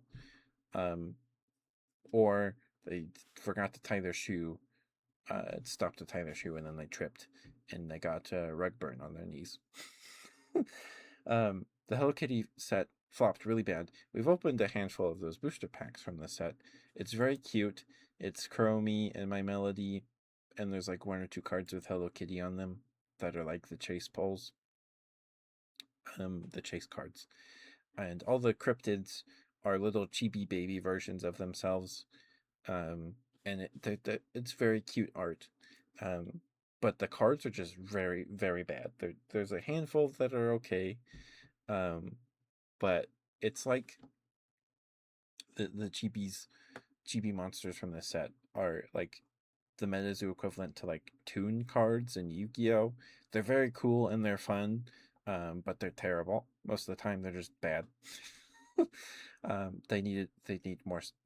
Well, Toon's got the support in the Toon World Center or whatever it's called, Toon Chaos, and Toons are okay in my opinion. I have fun playing the Toon deck we built on Master Duel. It's probably the most competent deck I have on there. With the highest win rate, thanks to a Toon Bookmark and Toon Kingdom or Toon World or whatever it is, the one that has text on it that protects your Toon monsters from being killed by taking the top card of your deck and putting it and exiling it, or putting it in the whatever it's called in Yu-Gi-Oh. Banish zone. You banish the top card of your deck whenever to protect your Toon monsters, and then Toon Bookmark is banished from your graveyard whenever your Toon Kingdom would be destroyed anyway. So no one cares. So MetaZoo was the company was stuck on this treadmill of putting out pre-orders and using the money from those pre-orders to pay for the previous set's production. And I don't know how much money they paid Sanrio for the licensing for My Melody and Chromie and Hello Kitty, for goodness sake, right? Whatever it was, they did not make enough to pay for it, it seems. And the set flopped. It just did bad. But the art's very cute, and the card design's fun, if not, even though they're not very good competitively or really at all. They're fun. The set flopped, and the treadmill sped up too fast, and then they couldn't keep up, so they flopped. And then they filed for bankruptcy, and I haven't kept up with MetaZoo news for like a year. But at the time when they filed for bankruptcy, it was like months long theory crafting and all this stuff about what was going on behind the scenes and why did Mike, the guy that came up with all of this, post that JPEG in the Discord and go rogue because he was going to be ousted from the board when MetaZoo didn't have a board of directors. But yeah. So there's a lot of speculation on what was going to happen to MetaZoo. And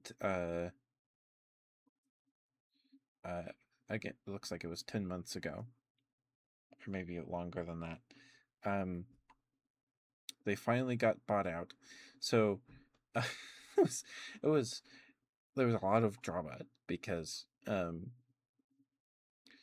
MetaZoo, we were waiting for MetaZoo to file these bankruptcy documents because they had to post they had to be public or whatever because they were a company, or that's just how it works. So then we found out who they owed the most money to, and number 1 or 2 was like the printing company, the printing companies and distributors, and then there was Sanrio, and then below on that list was Marvel Comics. We have no idea what that means. They didn't even like announce anything with Marvel if they were gonna do like a set with like Iron Man and the Avengers in it.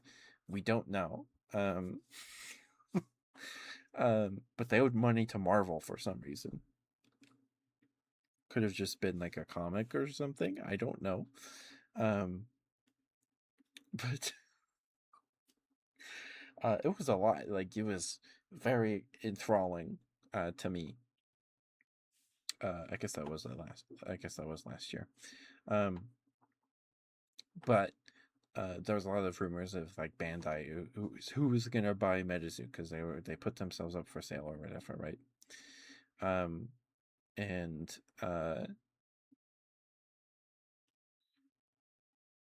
sorry, just a blue screen for a second. But whoever bought Medizu would have to pay their debt and then pay the distributors and the printing companies. And there was a distributor that like held like Medizu product hostage. Like, hey, you gotta pay us, or we're gonna like destroy all of this because you're not paying for the space, something like that. So there was last year images were floated of like pallets and pallets of Medizu UFO product in a dumpster. Um, it was great. Yeah, it was a time. It was a time. And then they got bought out, and they announced a new set. Or they were going to do a new game, but still use some of the old art, some of the art from the old Medizu cards, right? With new art from some of the Medizu artists and all that. And then an image of the booster box art leaked, and it looked terrible. It looked so bad. Um, not all of the cards look terrible. I've seen a couple in some unboxings, but most of them look bad. Like it's just like so. Medizu has this soft watercolor aesthetic, right? The new Medizu has that going on, and just direct rips of old art. Excuse me. And then they hired an art firm or whatever to do like human characters, and they look so out of place. But yeah, it was just sad. I can't. Thank you for the water. I'm rambling about. I'm getting my monthly Medizu rant in.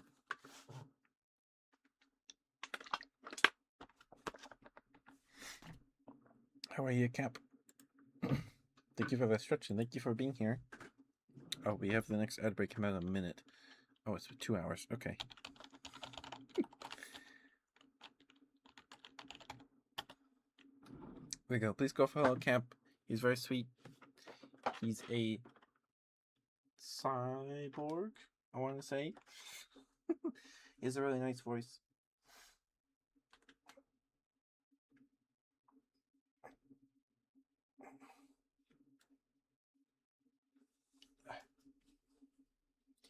He's got a voice made for streaming or radio or something. It's a nice voice. But thank you for the redeems, Cap. Thank you. And please go give him stuff. He plays lots of Souls-like games and that kind of stuff.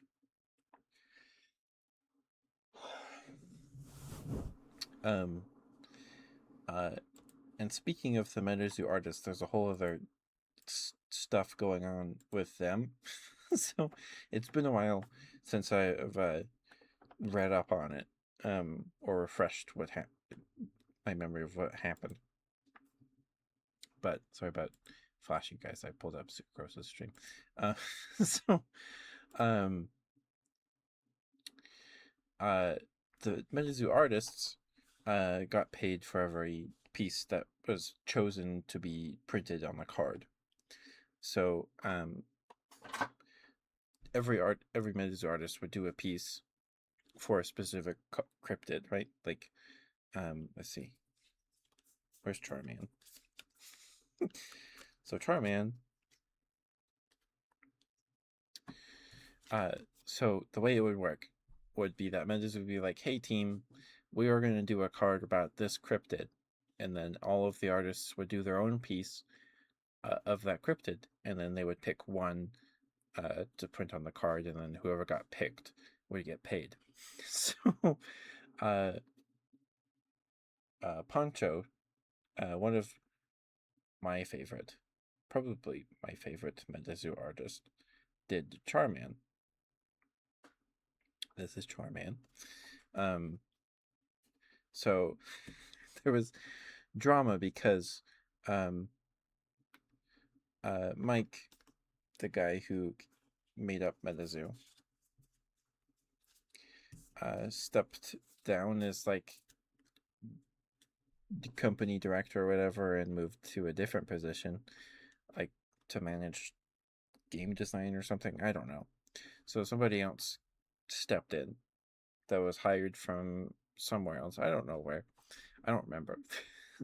But this new guy who was in charge was dating one of the artists. So there was drama at the time that another way the artists made money was going to conventions and doing signings and stuff. So there was drama. the the artist that this guy was dating would get more opportunities to put art on cards and go to signings more often than other artists. And so when Medizu died, or before Medizu went kaput, the original run, most of, if not all of the artists quit. And it was a big deal. So that also happened. So Medizu was just a mess. But an okay and fun game. Even though it has its problems. Sorry about flash banging you again. But Sucrose's stream. But yeah, that's the we met the quota of the monthly Medizu rant. We did it. We did it.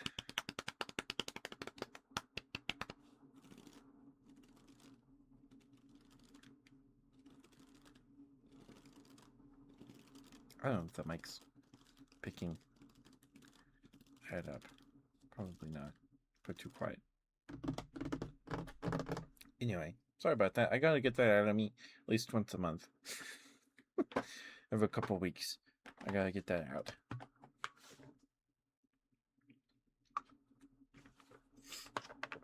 So, that's Metazoo's story, and it Metazoo's story, or the broad strokes of it anyway. And I've probably forgotten things or missed things and things like that. But Metazoo kind of started or was part of the beginning of this big boom in like Kickstarter TCGs that just explode in like funding. They get funded really fast and then they die out of just immediately because the Kickstarters had no plans of like local game store support, tournament stuff, prize support, future releases, and then all these Kickstarter TCGs just died. I don't have any on me, but we opened a booster box of Dream Book. Actually, I have them up there. We opened a booster box of Dream Book a couple months ago, earlier this year, and that game was one of them where its Kickstarter succeeded. Dream Book got 3 sets in, and then petered out. But here's what a Dream Book cards look like.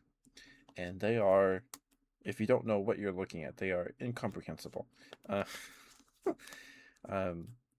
the art, I think, is worse, broadly speaking, worse than Medizu's art. But yeah, there's one of the hollows. I unsleeved the decks we built on stream because I needed the sleeves for a commander deck. But yeah, they have all these weird symbols on them, and it's completely It's you don't know what it's terrible card design from a visual standpoint. But the opening was really exciting because I don't know how many of these exist in the world, but we pulled a sketch rare Draconic Sorceress, and before we opened the booster box that night, I was watching a video of somebody excitedly talking about Dreambook's next release, and they showed this off in like a Twitter post or something. I was like, "Oh, that would be cool to pull," and we pulled the cards. That's really cool. Really exciting stuff. Anyway, there were just a bunch of TCGs that released 2020, 2021, 2022 that died immediately, and even though they got like millions of dollars in funding and exceeded their target. That MetaZoo kind of helped start. Kind of kicked it off, but yeah, it's was an interesting time. It was an interesting time. But welcome back from the break, guys. Thank you for sticking with me. Thank you. It's good to see you, Cap. Welcome home. Sorry, Tom kind of got away from me. Does that when we yap all night. So if we have any other trigger requests, Smooch redeems, Good Girl, Good Boy redeems, please get those in soon. Otherwise, we'll call it a night here in like five or so minutes. I don't know what I'm going to do for the ASMR video tonight. Last week we did I did some comfort, some soft whispers and smooches. My nails have grown in. They're long enough that I need to cut them soon. So we might do some tapping.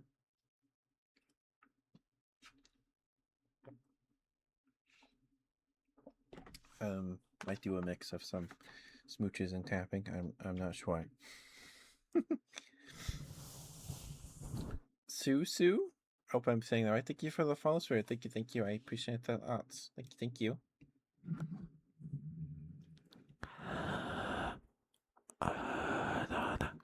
Thank you for the RR redeem cup. Thank you.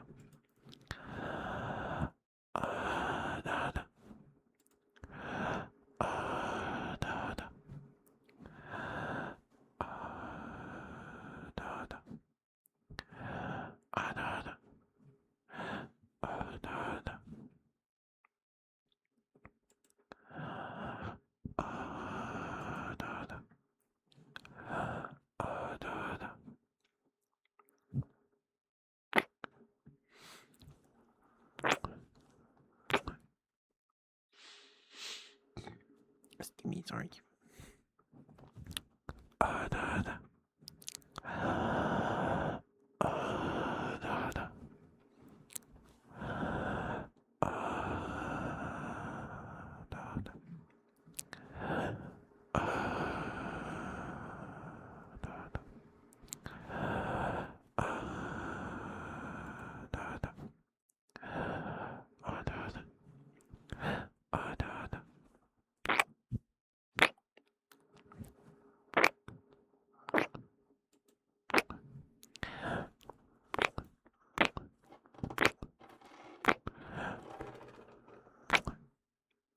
Thank you for the RR redeem cap. Thank you. Hope those were okay. I can't roll my R's to save my life, so I hope those were alright. I do my best. But thank you for the follow, Susu. I hope I'm saying that right. I hope I am. If you have a favorite ASMR trigger, I would be happy to do it for you, as thanks for your follow. If not, no worries. Hello. I'm Ketchup. I do ASMR streams every Wednesday, Friday, and Sunday. But we only do hand cam ASMR like this on Sundays. And the rest of the week we use the VTuber model.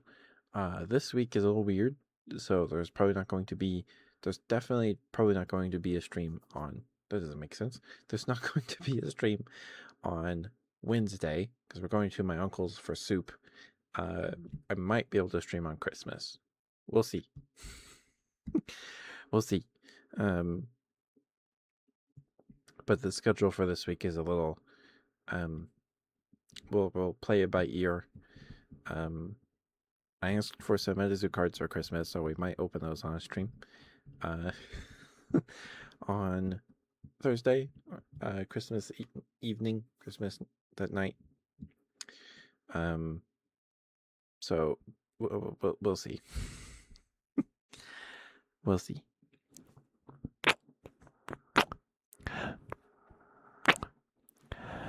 But I hope you had a good day, Cap. Welcome home, welcome home. I hope you get some good rest. You deserve some good rest.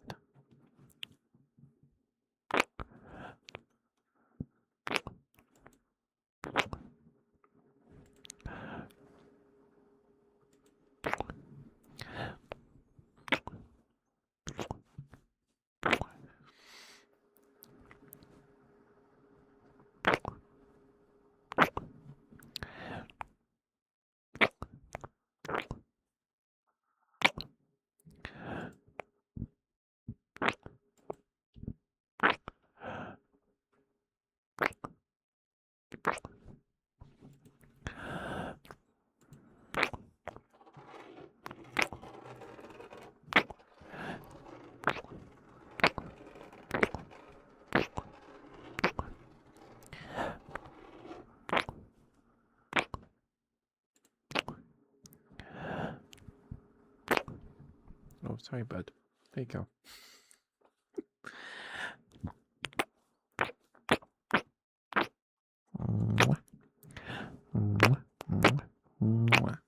All right. Let me get out your guys' hair. Let's get the raid going here. It's Sunday, so it's raid sucrose night. Give me 1 second to sort my headphones, and we'll get the raid going here. Thank you guys for being here. I appreciate it lots. I'll see you tomorrow for either some more Monster Hunter or we're gonna play some Grand Blue. I don't know. We'll see. We'll see how I'm feeling tomorrow. The only set thing I put in the schedule this week is Sega Saturday. That might change too. The Sega Saturday weekend is the Sega Saturday this weekend is Virtua Fighter 2. This is Sega Saturday 53. So we're down to the last 3 games. We are almost done. Yeah, okay. I'll be right back.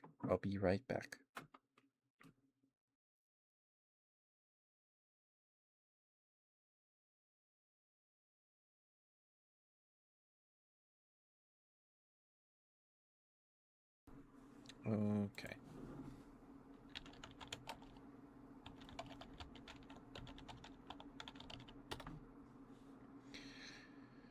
All right. Thank you guys for being here. I'm gonna go say hi to Sucrose. Thank you guys for spending time with me tonight. Thank you. I will see you guys tomorrow for either Monster Hunter or some Grand Blue, or who knows, maybe something else. But one of those two. I had a ton of fun playing Grand Blue with Grizz and Icy and Sucrose last Thursday. So tomorrow I might just do some more practice, and then Tuesday we'll try playing some actual games or doing more story mode. We'll see.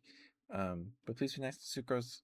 She's doing some ASMR. She's reading Other Side Picnic and doing some yaps. Yeah, I'll give give Sucrose some love. Please take care of yourselves, guys. Get some food, get some water if you haven't eaten or drink anything yet. Take your meds. Bye, Mr. Lissy. Thank you for being here. Good to see you. I'm sorry you came in right as we're ending. I hope you had a good weekend. Hope you guys have a good week. I'm gonna record a little ASMR video before I go to bed, and I will see you guys tomorrow. Yeah, don't forget to brush your teeth, floss, use mouthwash, take your meds, take your vitamins. Good night, guys. Bye bye.